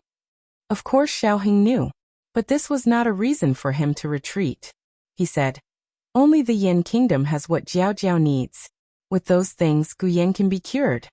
It turned out that the girl could be cured, but she lacked the necessary items. Your wife is quite capable, Marquis Xianping said with pride. That year, Xiaoheng seemed to not know how to address her. He deliberated for a moment and asked, that person really didn't leave anything behind? No. In order to cut off the connection with you, she even cleaned up a strand of her hair. Marquis Xianping said and realized that his words might be ambiguous. He added, it's not what you think. She was afraid of being a burden to you. It's not that she didn't want you. Xiaoheng was silent. He didn't doubt that woman's feelings for him. Otherwise, she wouldn't have rather killed Xiaoqing and left the antidote to him. He had Shi Ye's curiosity. What kind of woman was she?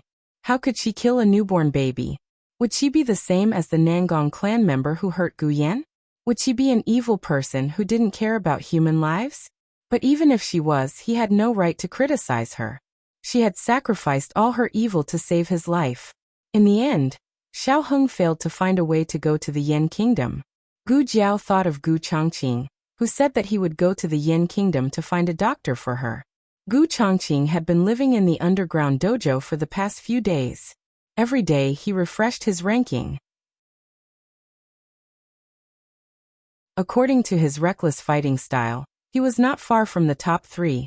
Once they entered the top 3, they would be sent to the Yan Kingdom by the underground martial arts arena for the next stage of the competition. It was called a competition, but in fact, it was a way for the Yan Kingdom to win over martial arts geniuses from other countries. Gu Jiao called Secret Guard A and told him to immediately find Gu Chongqing. Who would have thought that Secret Guard A would be a step too late? Secret Guard A came back and reported to Gu Jiao. The heir has already left. Gu Jiao asked, where did he go? Secret Guard A said, I heard from the Marquis Fu that the heir went to Jiangnan to find a divine bird as a betrothal gift for the daughter of the Yuan family. In the Zhao country, it was a custom for men to catch wild geese as betrothal gifts for their fiancés. The better the breed of wild geese, the higher the sincerity. The divine bird wasn't a wild geese, but the legendary phoenix. Gu Jiao had seen pictures of phoenixes before. She felt that they looked like the flamingos from her previous life. No one in the Zhao country had seen this kind of bird before. It was only a legend. Gu Chongqing didn't want to get married. He left the capital with great fanfare at this time to find a bird. She was afraid that it was to cover up the fact that he had snuck into the Yan kingdom. How long has he been gone? Gu Jiao asked. 3 days. Secret Garde said. Gu Chongqing had already said goodbye to Gu Jiao, so strictly speaking he didn't leave without saying goodbye. But Gu Jiao was still somewhat depressed. It had already been 3 days. She feared that she wouldn't be able to catch up. Xiao Heng was also thinking of a way to go to the Yan kingdom. Since Marquis Xianping didn't have any clues, he went to the residence of Princess Xinyang. Hearing that Xiao Heng wanted to go to the Yan kingdom, Princess Xinyang's reaction was the same as Marquis Xianping. But after all, Xiao Heng had grown up. They could only give their opinions, but couldn't make the decision for Xiao Heng. He insisted on going. As his father and mother, they could only think of a way to help him. Princess Xinyang thought of the Yan Kingdom's pharmacist in the underground martial arts field. Yujin, you go and invite the pharmacist. If he doesn't come, let Long Yi catch him. Yujin took Long Yi. However, what made people disappointed was that the Yan Kingdom's pharmacist unexpectedly returned to the Yan Kingdom with Gu Chongqing's group. From this, it could be inferred that the Yan Kingdom's pharmacist should have personally brought Gu Chongqing, this martial arts genius, back to the Yan Kingdom. The young couple took turns to hit a wall. When they returned to the central room, both of them blankly sat on the chair without saying a word. Master's wife Nan came out from the east room. Just now, Gu Jiao had prescribed some medicine for Gu Yan. Master's wife Nan fed him. Master's wife Nan looked at the two people whose complexion was not quite right. She vaguely guessed something and said, "Not too smooth." Master's wife Nan, is there any other way to go to the Yan Kingdom? Is it possible to sneak in? Sneak in? Master's wife Nan was dumbfounded. What is that? It's probably the meaning of sneaking in. Master's wife Nan shook her head without thinking. This won't do. It's too dangerous. It's difficult for you to sneak in alone, not to mention the seriously ill Gu Yan.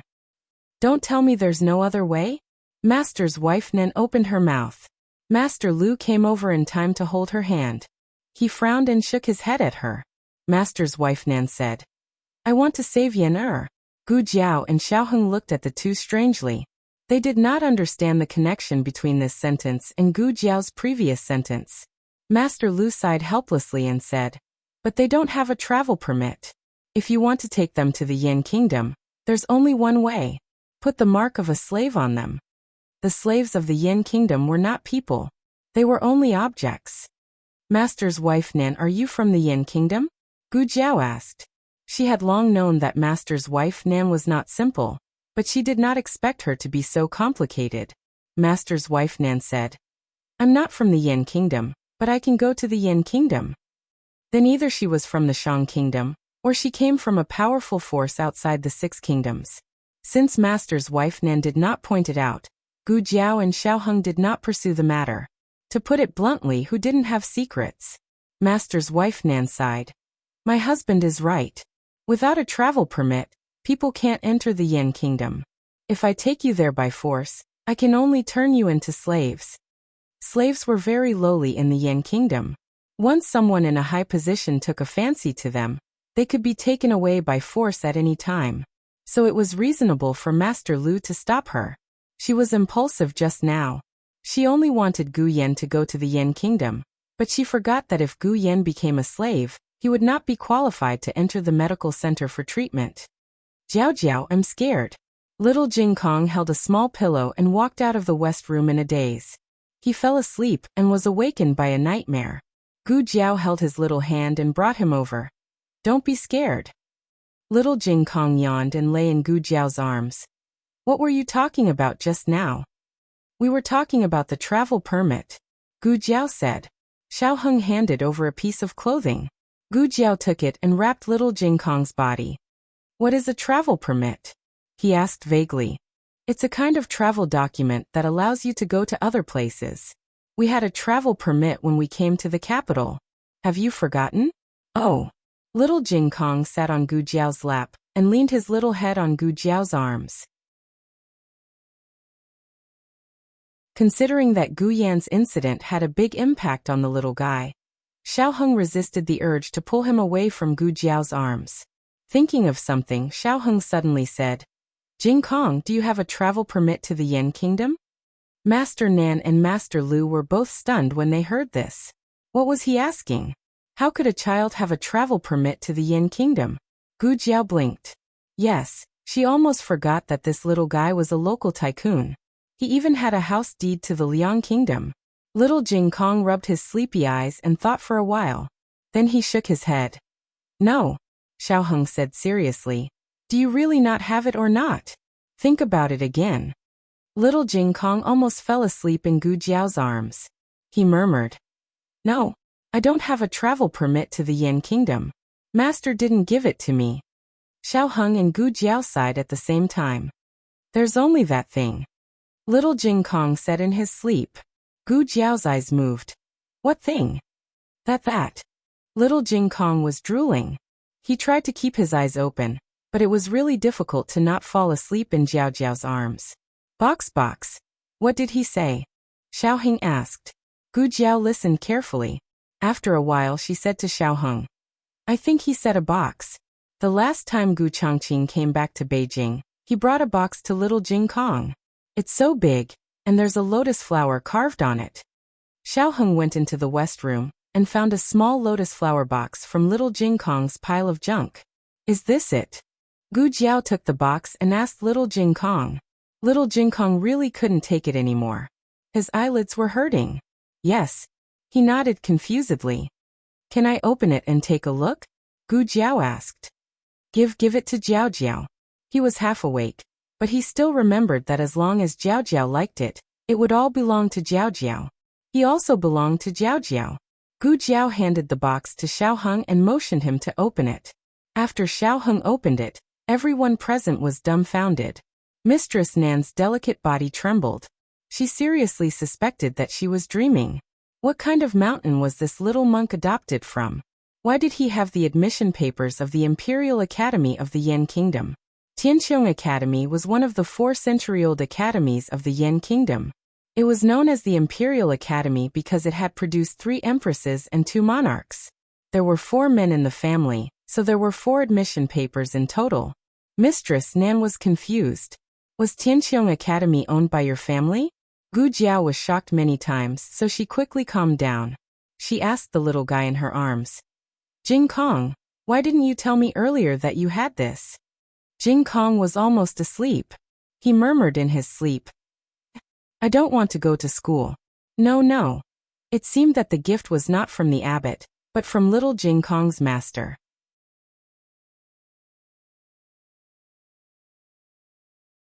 Gu Jiao was more and more curious about the white-bearded old monk. She really wanted to visit him if she had the chance. Tianqiong Academy's admission papers were the best guide. With them, their plan to go to the Yan Kingdom could be considered to have succeeded. Gu Jiao was packing up in the east room when Xiao Heng pushed the door and entered. He was holding his admission paper with his name on it. I looked for it, but I couldn't find yours.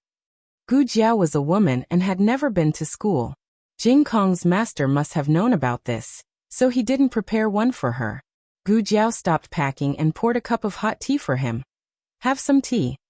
Xiao Heng took the cup and drank 2 mouthfuls. His stomach felt warm. But I asked Madame Nan, and she said I can bring my wife with me. Gu Jiao continued folding the clothes. She suddenly said, No need. Xiao Heng was stunned. He stopped drinking tea. Aren't you going? Gu Jiao turned around and looked at him calmly. I'll go, but I don't need you to take me. Xiao Heng frowned in confusion. Then what are you going to do? Before he could finish speaking, Xiao Heng suddenly felt a wave of dizziness in his head. The cup in his hand fell, and he fell down. Gu Jiao caught the cup with one hand and held him with the other. Xiao Heng looked at her in a daze. It's too dangerous for you to go to the Yan Kingdom, so I've decided. Gu Jiao put down the cup and took the admission paper in his hand. Go by yourself. Xiao Heng gritted his teeth weakly. Gu Jiao. Xiao Heng completely fainted in Gu Jiao's arms. Gu Jiao drugged Xiao Heng fiercely. It was 3 days later when he woke up. As soon as he opened his eyes, He saw a little boy in the Imperial College's uniform squatting on the ground next to the bed and drawing circles. Xiaoheng struggled to sit up. Hearing the movement, the little boy raised his head and threw away the branch in his hand. He looked at him with hidden bitterness. "You're finally awake?" Xiaoheng looked at little Jing Kong and then at the door. "Where's Jiao Jiao?" Little Jing Kong stomped his feet and snorted. "She left. It's all your fault. You didn't leave Jiao Jiao behind. I had to take care of you, so I was left behind by Jiao Jiao. Jiao Jiao didn't want to take you with her, okay? You're just a child and you're a hindrance. Gu Jiao still has to take care of the patients. How could she have the time to take care of you?" Xiaoheng's conscience kicked in, and he didn't tell him the cruel truth. In addition, he felt that Gu Jiao might still want to avenge Gu Yan, so she couldn't take Jing Kong with her. It was too dangerous. Did she take Gu Yan there alone? Xiaoheng actually wanted to ask if Madame Nan went with them. Little Jing Kong didn't understand what he meant. He only said sourly according to his own understanding. Xiaoshuan's brother also went. What? She took Gu Xiaoshan but didn't take him. He was really angry.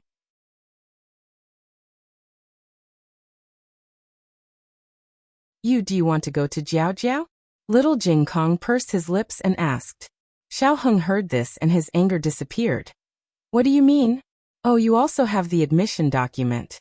But other than husband and wife, only blood relatives can go. Little Jing Kong stuck out his small chest. As long as you promise to take me with you, I have a way to make you go. Xiaoheng didn't believe him. Little Jing Kong asked. Do you agree? Xiaoheng looked at him suspiciously. Okay, I agree. Little Jing Kong was not easy to fool. You have to swear. If you lie to me, I'll let Jiao Jiao find me a new brother-in-law in the Yan Kingdom. This little guy was too vicious. But the temptation of going to Gu Jiao was too great. Xiaoheng still listened to him. Little Jing Kong ran to the box and dug out his small pile of junk. Finally, he took out a small box inlaid with gold and handed it to Xiaoheng. Here. Xiaoheng opened the small box and saw that it was another admission document from the Yan Kingdom. He had been unlucky for so long. Finally, there was a time for him to turn around. Xiaoheng's eyes lit up, but his face sank when he read the last part. The words on the document were written in black and white. Kanglin Women's College. Xiaoheng. The latest chapter of this book is not finished yet. For more exciting content, please scan the QR code below to download the app. Novels are updated faster and more complete. Millions of novels are free to read. Novels with inner content that can't be found on the internet can be found here. https://www.zhbqg.com/8964-2_89642_108091574. HTML Genius remembered the website address in 1 second. www.zhbqg.com Bkuj mobile reading website. zhbqg.com.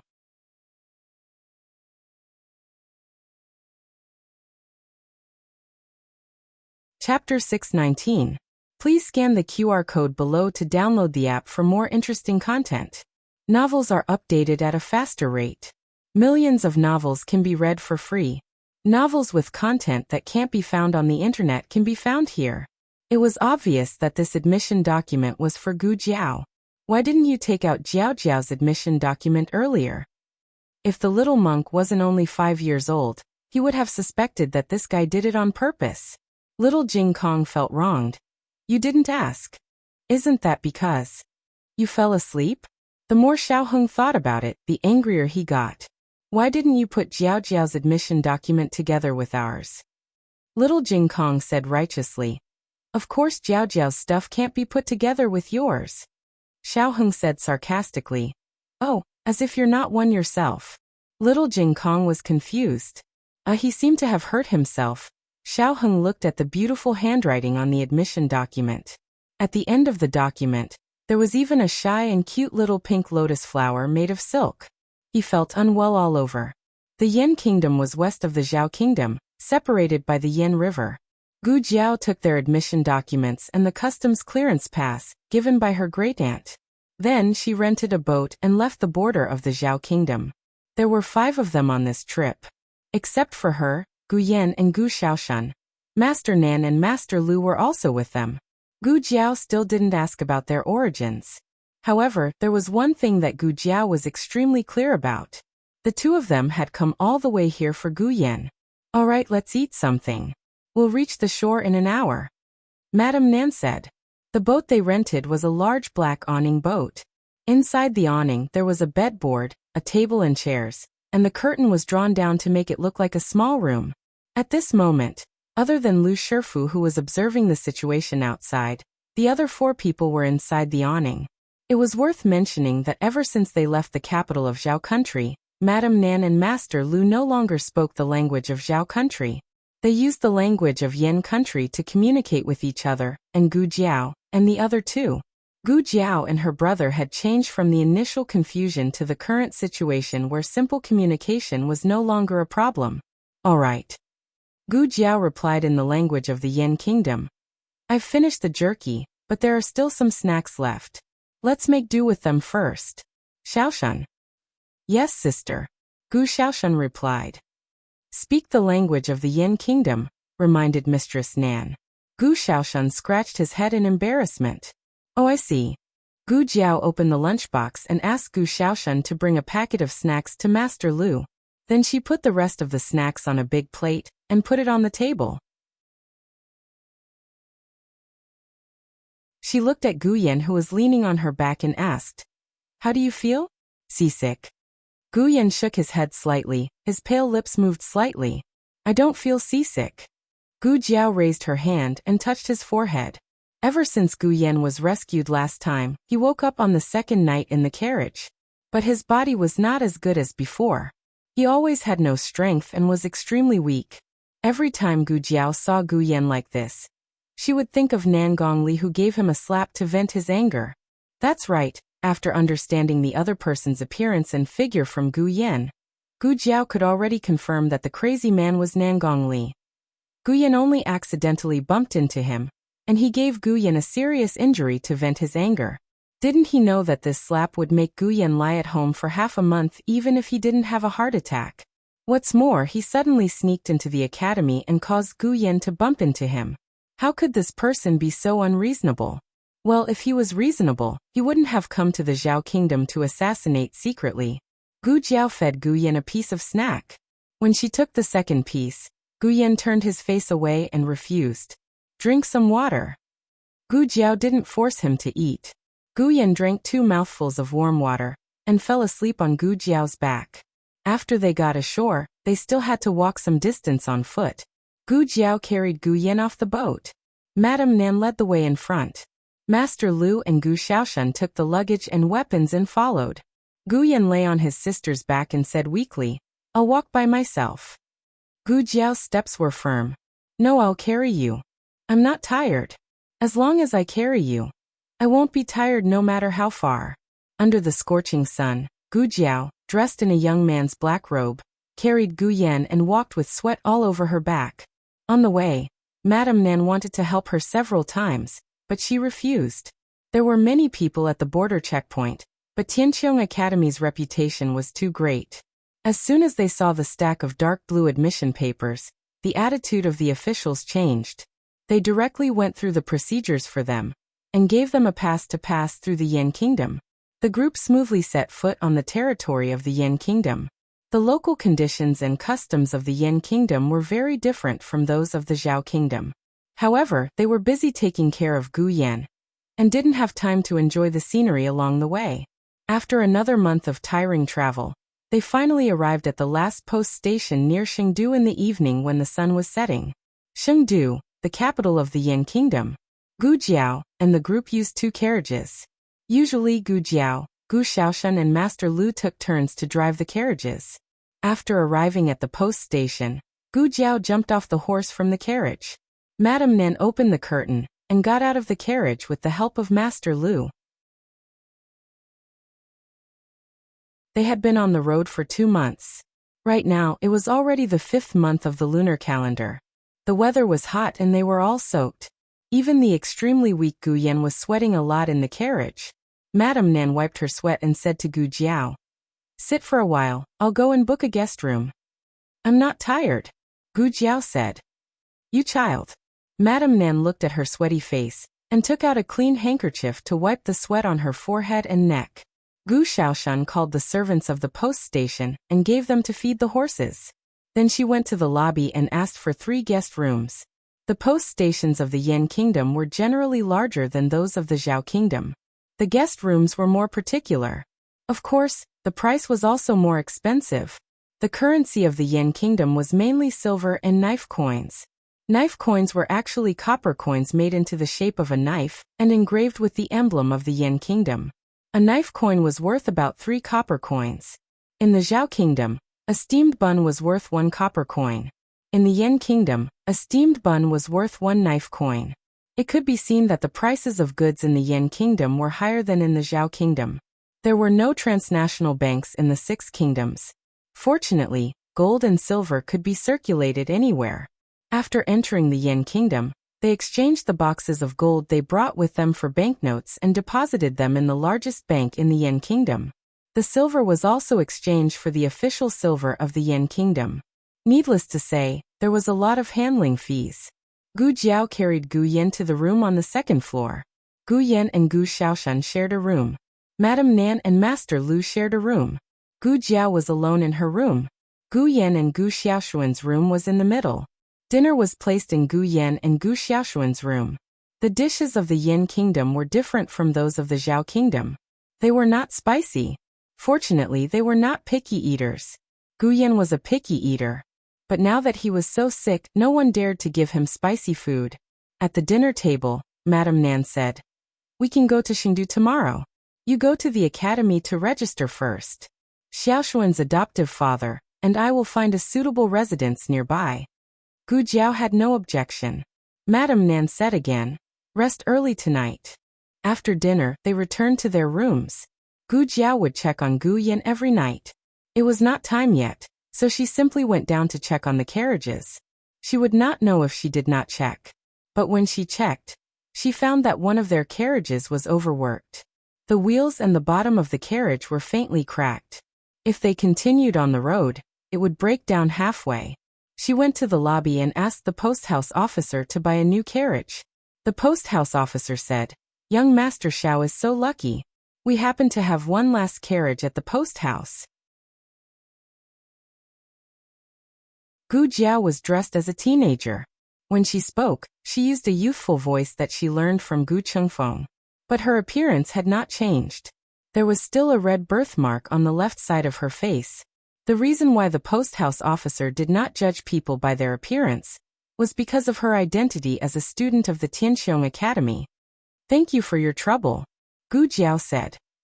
"It's a total of 2 taels of silver," the post house officer said. Gu Jiao took out 2 taels of silver from her purse. The post house officer was about to accept it when suddenly there was a rush of horse hooves outside the door. An imposing carriage stopped at the entrance of the post house. The curtain of the carriage was lifted, and a young girl in pink clothes wearing a veil lightly jumped out of the carriage. When the post house officer saw the guard's attire, his whole body froze and he revealed an extremely excited expression. The young girl in pink held a whip and walked in with light steps. She did not even look at the people around her and said to the post house officer, "Give me a carriage.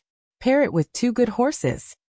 The post house officer looked at Gu Jiao awkwardly and silently withdrew his hand that had reached out to take the silver. "What are you dawdling for?" the young girl in pink asked. The post house officer pointed at Gu Jiao embarrassedly and said, "The last carriage. This young master also wants it." The young girl in pink turned her head to look at Gu Jiao. When she saw that the other party was a youth with a disfigured face, she could not help but show some contempt. "Give it to me. I'll compensate you." Gu Yan's life was counting down every day. Gu Jiao did not want the silver. She wanted to enter Chengdu as soon as possible to find an operating room to treat Gu Yan. Gu Jiao said indifferently, "I won't give it to you." After saying this, she placed the silver on the post house officer's table. The young girl in pink put her hands on her hips and snorted. "Don't refuse a toast only to be forced to drink a forfeit." The post house officer persuaded Gu Jiao in a low voice. "Xiao, young Master Xiao, They are from the Su family. This must be the daughter of the Su family. You. Give it to her. Although the status of a student of Tianqiong Academy was honorable, the Su family was the 9th most influential family in the Yan Kingdom. They had a pivotal position in Chengdu, and were not people that could be offended casually. I said, I won't give it to you. You. The young girl in pink snorted. Do you believe that I won't beat you? Gu Jiao said without fear. If you dare to beat me, I will beat you. The young girl in pink lashed out with her whip. The post house officer was so frightened that his face changed color, and he hurriedly covered his head and squatted down. However, the whip did not even touch a single strand of Gu Jiao's hair. It was easily grabbed by Gu Jiao. The young girl in pink was startled. She did not expect that this ordinary-looking, no, it should be said that this young man with a damaged face was actually so powerful. He even caught her whip. She tried to pull the whip back, but she could not pull it back. She gritted her teeth. You let go. Gu Jiao calmly let go. She did not expect that Gu Jiao would let go so quickly. She was pulling back when she suddenly screamed and fell to the ground. She was in so much pain that her face turned pale, and the whip flew out. She was furious. She grabbed the whip and got up and hit Gu Jiao again. Stop. A man's low voice suddenly came from the carriage. The young girl in pink paused. Come back. The man in the carriage said. His voice was not loud, but his tone was firm. The young girl in pink glared at Gu Jiao unwillingly. Just you wait, I will remember you. Don't let me see you again in the future. Otherwise, every time I see you, I will beat you. Gu Jiao ignored her threat and asked the post house officer to take her to the last carriage. After finishing, Gu Jiao planned to go upstairs. Suddenly, a young man dressed like a scholar waved at her from the other side of the hall. Brother. Yes. It's over here. Gu Jiao looked at him strangely. You called me? The young man nodded his head like he was pounding garlic. Seeing that Gu Jiao did not have any intention of coming over, he simply stood up and walked over to Gu Jiao. The two of them were standing at the top of the stairs. At this time, there were guests coming down. The two of them moved to the side at the same time. The young man cupped his hands to Gu Jiao and said with a bit of excitement, This one is surnamed Zhong, given name Ding, given name Heziming. If brother doesn't mind, you can call me Zhong Heziming. Zhongming Cauldron family. This name was very interesting. Gu Jiao said. What do you want from me? Zhong Ding said. I came after you. I saw you take out the certificate of Tianqiong Academy. You are also a student of Tianqiong Academy. Gu Jiao looked at him. You too? Me too. Zhong Ding said excitedly. Then, as if he was afraid that Gu Jiao would not believe him, he hurriedly took out his admission certificate. I am from the Zhao Kingdom. You are. Gu Jiao said calmly, the Zhao Kingdom. Zhong Ding's eyes flashed with a trace of astonishment. He wanted to say something but stopped. He smiled and asked, Are you also new to the Yan Kingdom? May I know your name? Xiao Lulang, Gu Jiao said. Zhong Ding smiled. Lulang, this name is good. It's catchy. The conversation died. Gu Jiao went upstairs. Hey, Zhong Ding saw that she was going to leave again. He hesitated for a moment and summoned the courage to tell her the surprise in his heart. You are not from the Shang Kingdom. How dare you provoke that girl? Can't you see that she is from the Su family? If the person in the carriage didn't stop you in time, you would be miserable now. Are you done?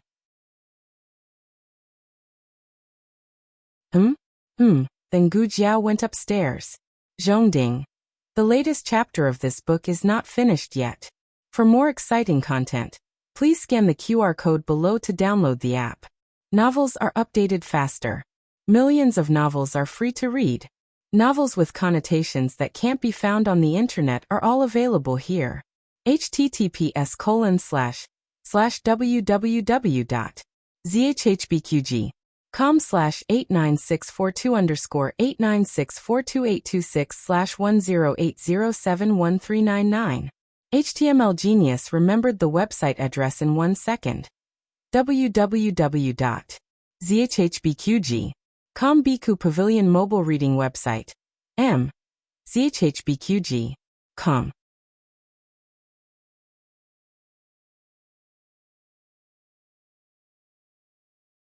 Chapter 620. The latest chapter of this book is not finished yet. For more exciting content, please scan the QR code below to download the app. The novel will be updated even faster. Millions of novels will be read for free. Novels with content that can't be found on the internet are all available here. Gu Jiao went upstairs and returned to her guest room. This small episode didn't affect Gu Jiao much. She waited for Gu Yan to take his pulse and blood pressure. The value didn't deteriorate too much. Then she went to rest. Unexpectedly, there was a sudden situation at the relay station in the middle of the night. A group of thieves came. They had encountered many thieves along the way. They didn't even know how many horse and mountain bandits they had encountered. Gu Jiao wasn't surprised. As long as they didn't offend her, she couldn't be bothered to care. The guards of the relay station had some skills. The thieves had tried their best to hide their aura, but they still detected them. The two sides fought fiercely. Although the thieves had the upper hand in terms of numbers, there weren't only guards from the government in the relay station. Some guests also brought their own escorts. When they found that they had been robbed, they hurriedly went to catch the thieves. After a while, the thieves were completely enraged. They started to set fire and capture the hostages. They rushed into the quiet rooms. Usually, people who didn't come out after such a big commotion were either asleep or too scared to come out. Either way, they were the best candidates for hostages. A thief rushed towards Gu Yan and Gu Xiaoshuan's room with a large knife. But before he could reach the door, he was suddenly kicked out by Gu Jiao. Ah! The thief screamed and hit the pillar behind him. He fainted on the spot. Madame Nen also felt that someone was about to sneak attack Gu Yan and Gu Xiaoshuan. She opened the door and came out. Seeing that the thief had been dealt with by Gu Jiao, she wasn't surprised. Gu Jiao said to her, "Madame Nan, go back and sleep. I'll guard." Gu Jiao's strength was enough to deal with a group of thieves. Madame Nan went back to her room. The fierce battle in the courtyard continued. This group of thieves actually had accomplices lying in ambush outside the relay station. They probably heard the commotion, and dozens of people rushed in aggressively. The relay station was at a disadvantage. When they saw that they had stolen the money, they started to steal horses. Gu Jiao could not let them succeed. Otherwise, what would she bring to Chengdu tomorrow? Gu Jiao held onto the railing with one hand and jumped down from the second floor. With a kick, she sent a horse thief flying. She didn't join the fight in the courtyard and just stayed at the stable. If one came, she would fight one, and if two came, she would fight two. In the end, the thieves in the courtyard were not beaten into submission by the group of people, but the thieves assigned to the stable were all beaten like shrimps. While the group of people were confronting Gu Jiao with knives, a young girl upstairs ran out of her room. Fourth brother. She made a dash for the other wing. What she didn't notice was that there was a thief standing behind her. That thief had planned to return empty-handed, but suddenly, such a luxuriously dressed young lady appeared. It would be a pity to let her go. This young girl was none other than the Su family's daughter, who had previously fought with Gu Jiao over the carriage in the main hall. Sure enough, she was a paper tiger. The thief had already snuck up behind her, but she didn't notice. The thief's evil hand reached for the young girl's neck. Gu Jiao swept the ground, and with the tip of her foot, she picked up a dagger that one of the thieves had dropped. Then she turned around, raised her foot, and kicked the dagger toward the second floor. The dagger pierced the thief's shoulder, and the huge force knocked the thief against the wall. He was then bounced off the second floor, and fell heavily to the ground floor of the main hall. Everything happened in a flash. The Su family's daughter didn't notice anything, but the thieves who were confronting Gu Jiao were all dumbfounded. What kind of skill was that? Fourth brother. The Su family's daughter came to a wing. Gu Jiao looked, and saw that it was the wing next to hers. The door of the wing opened, and a slender hand reached out and caught the Su family's daughter, who had tripped and almost fell.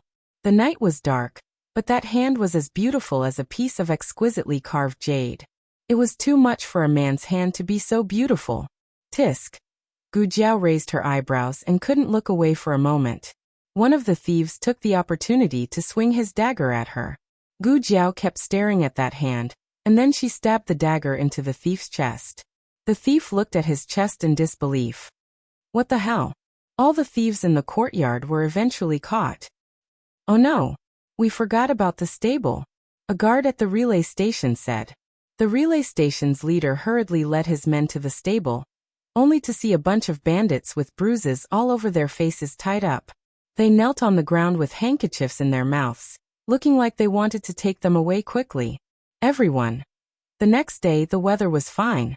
Gu Jiao carried Gu Yan onto the carriage. Gu Xiaoshan drove the carriage, and Master Lu drove the other carriage. Gu Jiao didn't pay too much attention to the Su siblings' movements, and she let Gu Xiaoshan set off after putting down the curtains. The journey was smooth, and after about an hour they entered Chengdu of the Yan Kingdom. Even though Gu Jiao wasn't interested in the cultural landscape, she could clearly feel the atmosphere of the capital of a powerful country. The shops on both sides of the street were arranged in rows, and in the middle of the road, there was a hubbub of voices, and endless streams of horses and carriages. Gu Xiaoshan was so shocked that she couldn't close her mouth. Wow, sister, the streets of Chengdu are too wide. How many carriages can walk side by side? Madame Nan's carriage was parallel to theirs. Hearing Gu Xiaoshuan's words, Madame Nan lifted the curtains and smiled. This is only the outer city. The streets will be wider when we enter the inner city. What's the inner city? What's the outer city? Gu Xiaoshan asked in confusion. Madame Nan explained patiently, Chengdu of the Yan Kingdom is divided into the inner and outer city. Most of the people who live in the outer city are merchants and ordinary people, while most of the people who live in the inner city are high officials and noble people. Gu Xiaoshan asked again, then is the academy we're going to in the inner city or the outer city? The outer city, Madame Nan said. Gu Xiaoshan didn't understand again. But aren't there many young masters of aristocratic families who come to the academy? Why not build the academy in the inner city? The land in the outer city is cheap. Gu Jiao said. Madame Nan smiled. That's right. Gu Xiaoshan was stunned. Ah. Then we'll have a chance to enter the inner city and have a look. What Madame Nan didn't say was that it wasn't easy to enter the inner city. Even with the documents of the Tianqiong Academy, there were 3 impregnable walls in Chengdu of the Yan Kingdom. The first was the outer city wall, the second was the inner city wall, and the third was the palace wall of the imperial palace. The Yan Kingdom was definitely a place with a stricter hierarchy than the Zhao Kingdom. It was easy for people from the inner city to come out, but it was very difficult for people from the outer city to enter. Madame Nan had lived in the Yan Kingdom for many years, and had never entered the inner city even once. Although the Tianqiong Academy was located in the outer city, it wasn't far from the inner city. It was a prime location in the outer city. After traveling for more than half an hour, they finally arrived at the back door of the Tianqiong Academy. Madame Nan said apologetically, I haven't been here for so many years that I almost forgot the way. She wanted to lead the way to the front door, but she led the wrong way. Gu Jiao jumped off the carriage. It's okay. We'll go through the back door. Madame Nan said. We'll take Yenner to find a house first. We'll come here to pick you up later. Gu Jiao nodded. Okay. The Tianqiong Academy had a servant who was specially in charge of the carriage. Gu Jiao walked over and showed him her and Gu Xiaoshuan's admission documents. Then she took out Xiao Lulang and Gu Xiaoshuan's Zhao Kingdom household registration. After verifying their identities, the servant handed a matching card to Gu Jiao. Use this to get the carriage later. As he spoke, he looked up and down at Gu Jiao. He was mainly looking at the birthmark on her face. Gu Jiao didn't care at all, and asked where the registration place was. The servant said, It's in the Qingqingtang. Go straight in and turn east at the fork. You'll see it. Gu Jiao took Gu Xiaoshan to the Qingqingtang to register. There were many people who came to register today from different countries. Therefore, the Tianqiong Academy was an international school. After waiting in line for a while, it was Gu Jiao's turn. Gu Jiao handed over her and Gu Xiaoshuan's documents and household registration. They needed to know the language of the Yan Kingdom to study in the Yan Kingdom, but the teacher who taught in the Yan Kingdom didn't need to know the language of the Zhao Kingdom. Therefore, there were 2 sets of household registration. When the teacher saw that they were from the Zhao Kingdom, he looked a little disdainful. When he looked at Gu Jiao's face, he became even more impatient. He had just received a few students from the Jin Kingdom and the Liang Kingdom, and was very enthusiastic. Gu Xiaoshan thought that he was very nice. Now that he changed his attitude so quickly, she instantly curled her lips in disappointment. However, when the teacher saw the name on the household registration, his eyes paused slightly.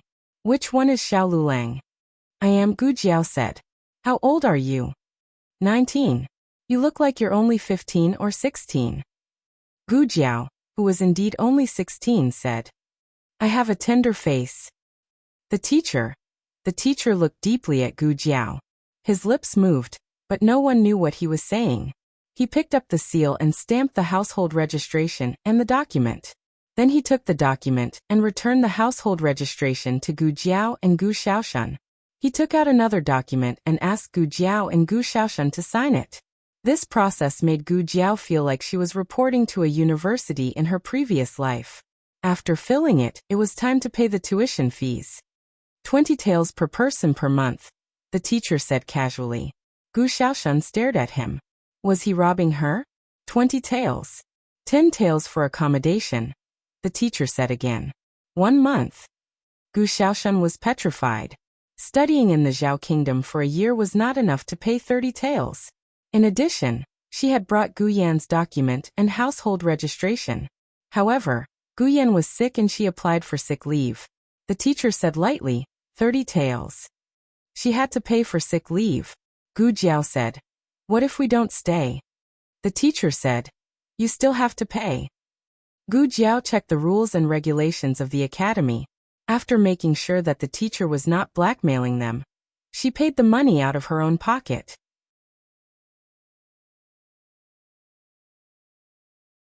2 people per room, the teacher said, and threw 2 wooden plates with their names on them. There was a key hanging on the wooden plates. Gu Xiaoshan thought that he and Gu Jiao would share a room. However, when he looked carefully, he found that he was in the 17th room, and Gu Jiao was in the 27th room. How many rooms were there? Gu Xiaoshan was confused. Can't you arrange for us to stay in the same room? The teacher glanced at Gu Xiaoshan indifferently. No. Gu Jiao said, forget it. We don't need to stay anyway. Sister, it's so expensive. I want to stay here. Let's move back. Gu Xiaoshan had suffered before. 10 taels of silver for a month's accommodation was really painful. He wished that he could live and wear in the dormitory. Not only were they not in the same room, but they were also not in the same courtyard. Gu Jiao was in the south courtyard and Gu Xiaoshan was in the east courtyard. Gu Xiaoshuan's heart was bleeding. He covered his chest and said, Sister, let's go and see what the dormitory is like. Gu Jiao accompanied Gu Xiaoshan to the east courtyard. The environment is not bad. It's very quiet, Gu Jiao said. Gu Xiaoshan had lived in Tianxiang Academy for a period of time in the county of Zhao country. At that time, he felt that it was much better than the houses in the village. The dormitory in Tianxiang Academy was naturally more luxurious than that of Tianxiang Academy. Not to mention that it was worth the 5 taels of silver, it was also worthy of the reputation of Yan country's Royal Academy. Number 17 is over there. Gu Jiao pointed to a room in the corridor. The two walked towards Gu Xiaoshuan's room. The door was open. Your roommate is here, Gu Jiao said. She reached out to push the door, but the door was pulled open from the inside. A familiar face entered Gu Jiao's sight. When the other party saw Gu Jiao, he was startled at first, then his eyes lit up. Brother Xiao. It's you. Brother was a respectful term. In fact, Xiao Lulang was definitely younger than him in terms of age. Sister, husband, do you know each other? Gu Xiaoshan almost blurted out. We've seen each other at the relay station, Gu Jiao said. This person was none other than Zhongding, the one who spoke to her earnestly in the lobby of the relay station. I'm Zhongding, Zhongding said as he looked at Gu Xiaoshan.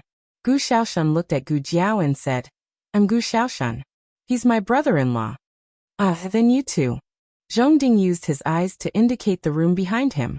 Gu Jiao understood and said, my wife's younger brother is your roommate. Zhongding let out another sound and said with a smile, I thought Brother Xiao was the one. Right, the relay station was robbed last night. Brother Xiao, are you guys okay? Gu Xiaoshan was surprised. Was there a thief last night? Zhongding was even more surprised than him. Did you sleep so deeply? The few of them chatted for a while, mainly because Zhongding was very talkative. Every time they talked to death, he would stubbornly revive it. From him, Gu Jiao learned that dormitories were usually allocated according to the country. People from the lower country lived with people from the lower country, and people from the upper country lived with people from the upper country. Since that was the case, her roommate must also be from the lower country. The East Courtyard is full of people from the lower country. We have the most people from the Zhao Kingdom. Zhongding said, Brother Xiao, which room do you live in? Gu Jiao said, I don't live in the East Courtyard. Zhongding said without hesitation, then it must be the West Courtyard. Both the North and South Courtyards were for people from the upper country. Digression at a certain academy. Teacher, how old are you? Beauty Xiao, I'm 16. Teacher, you look like you're 18 or 19. Beauty Xiao, I'm young. Teacher. Asterisk, it didn't matter when the monthly votes were cast. Those who could keep it would receive double the votes on the 28th. Those who couldn't keep it could vote now. A new journey had begun. Jiao Jiao needed everyone's love. The latest chapter of this book was not finished yet. For more exciting content, please scan the QR code below to download the app. The novel was updated at a faster rate. Millions of novels were free to read. There were novels with connotations that couldn't be found on the internet here. https://www.zhhbqg.com/89642_896428226/1080708119. HTML Genius remembered the website address in 1 second. www.zhhbqg.com Bikuj mobile reading website. zhhbqg.com. You're tuning in to the Earbook Haven YouTube channel. Don't forget to subscribe and join us on this journey to catch the most captivating stories.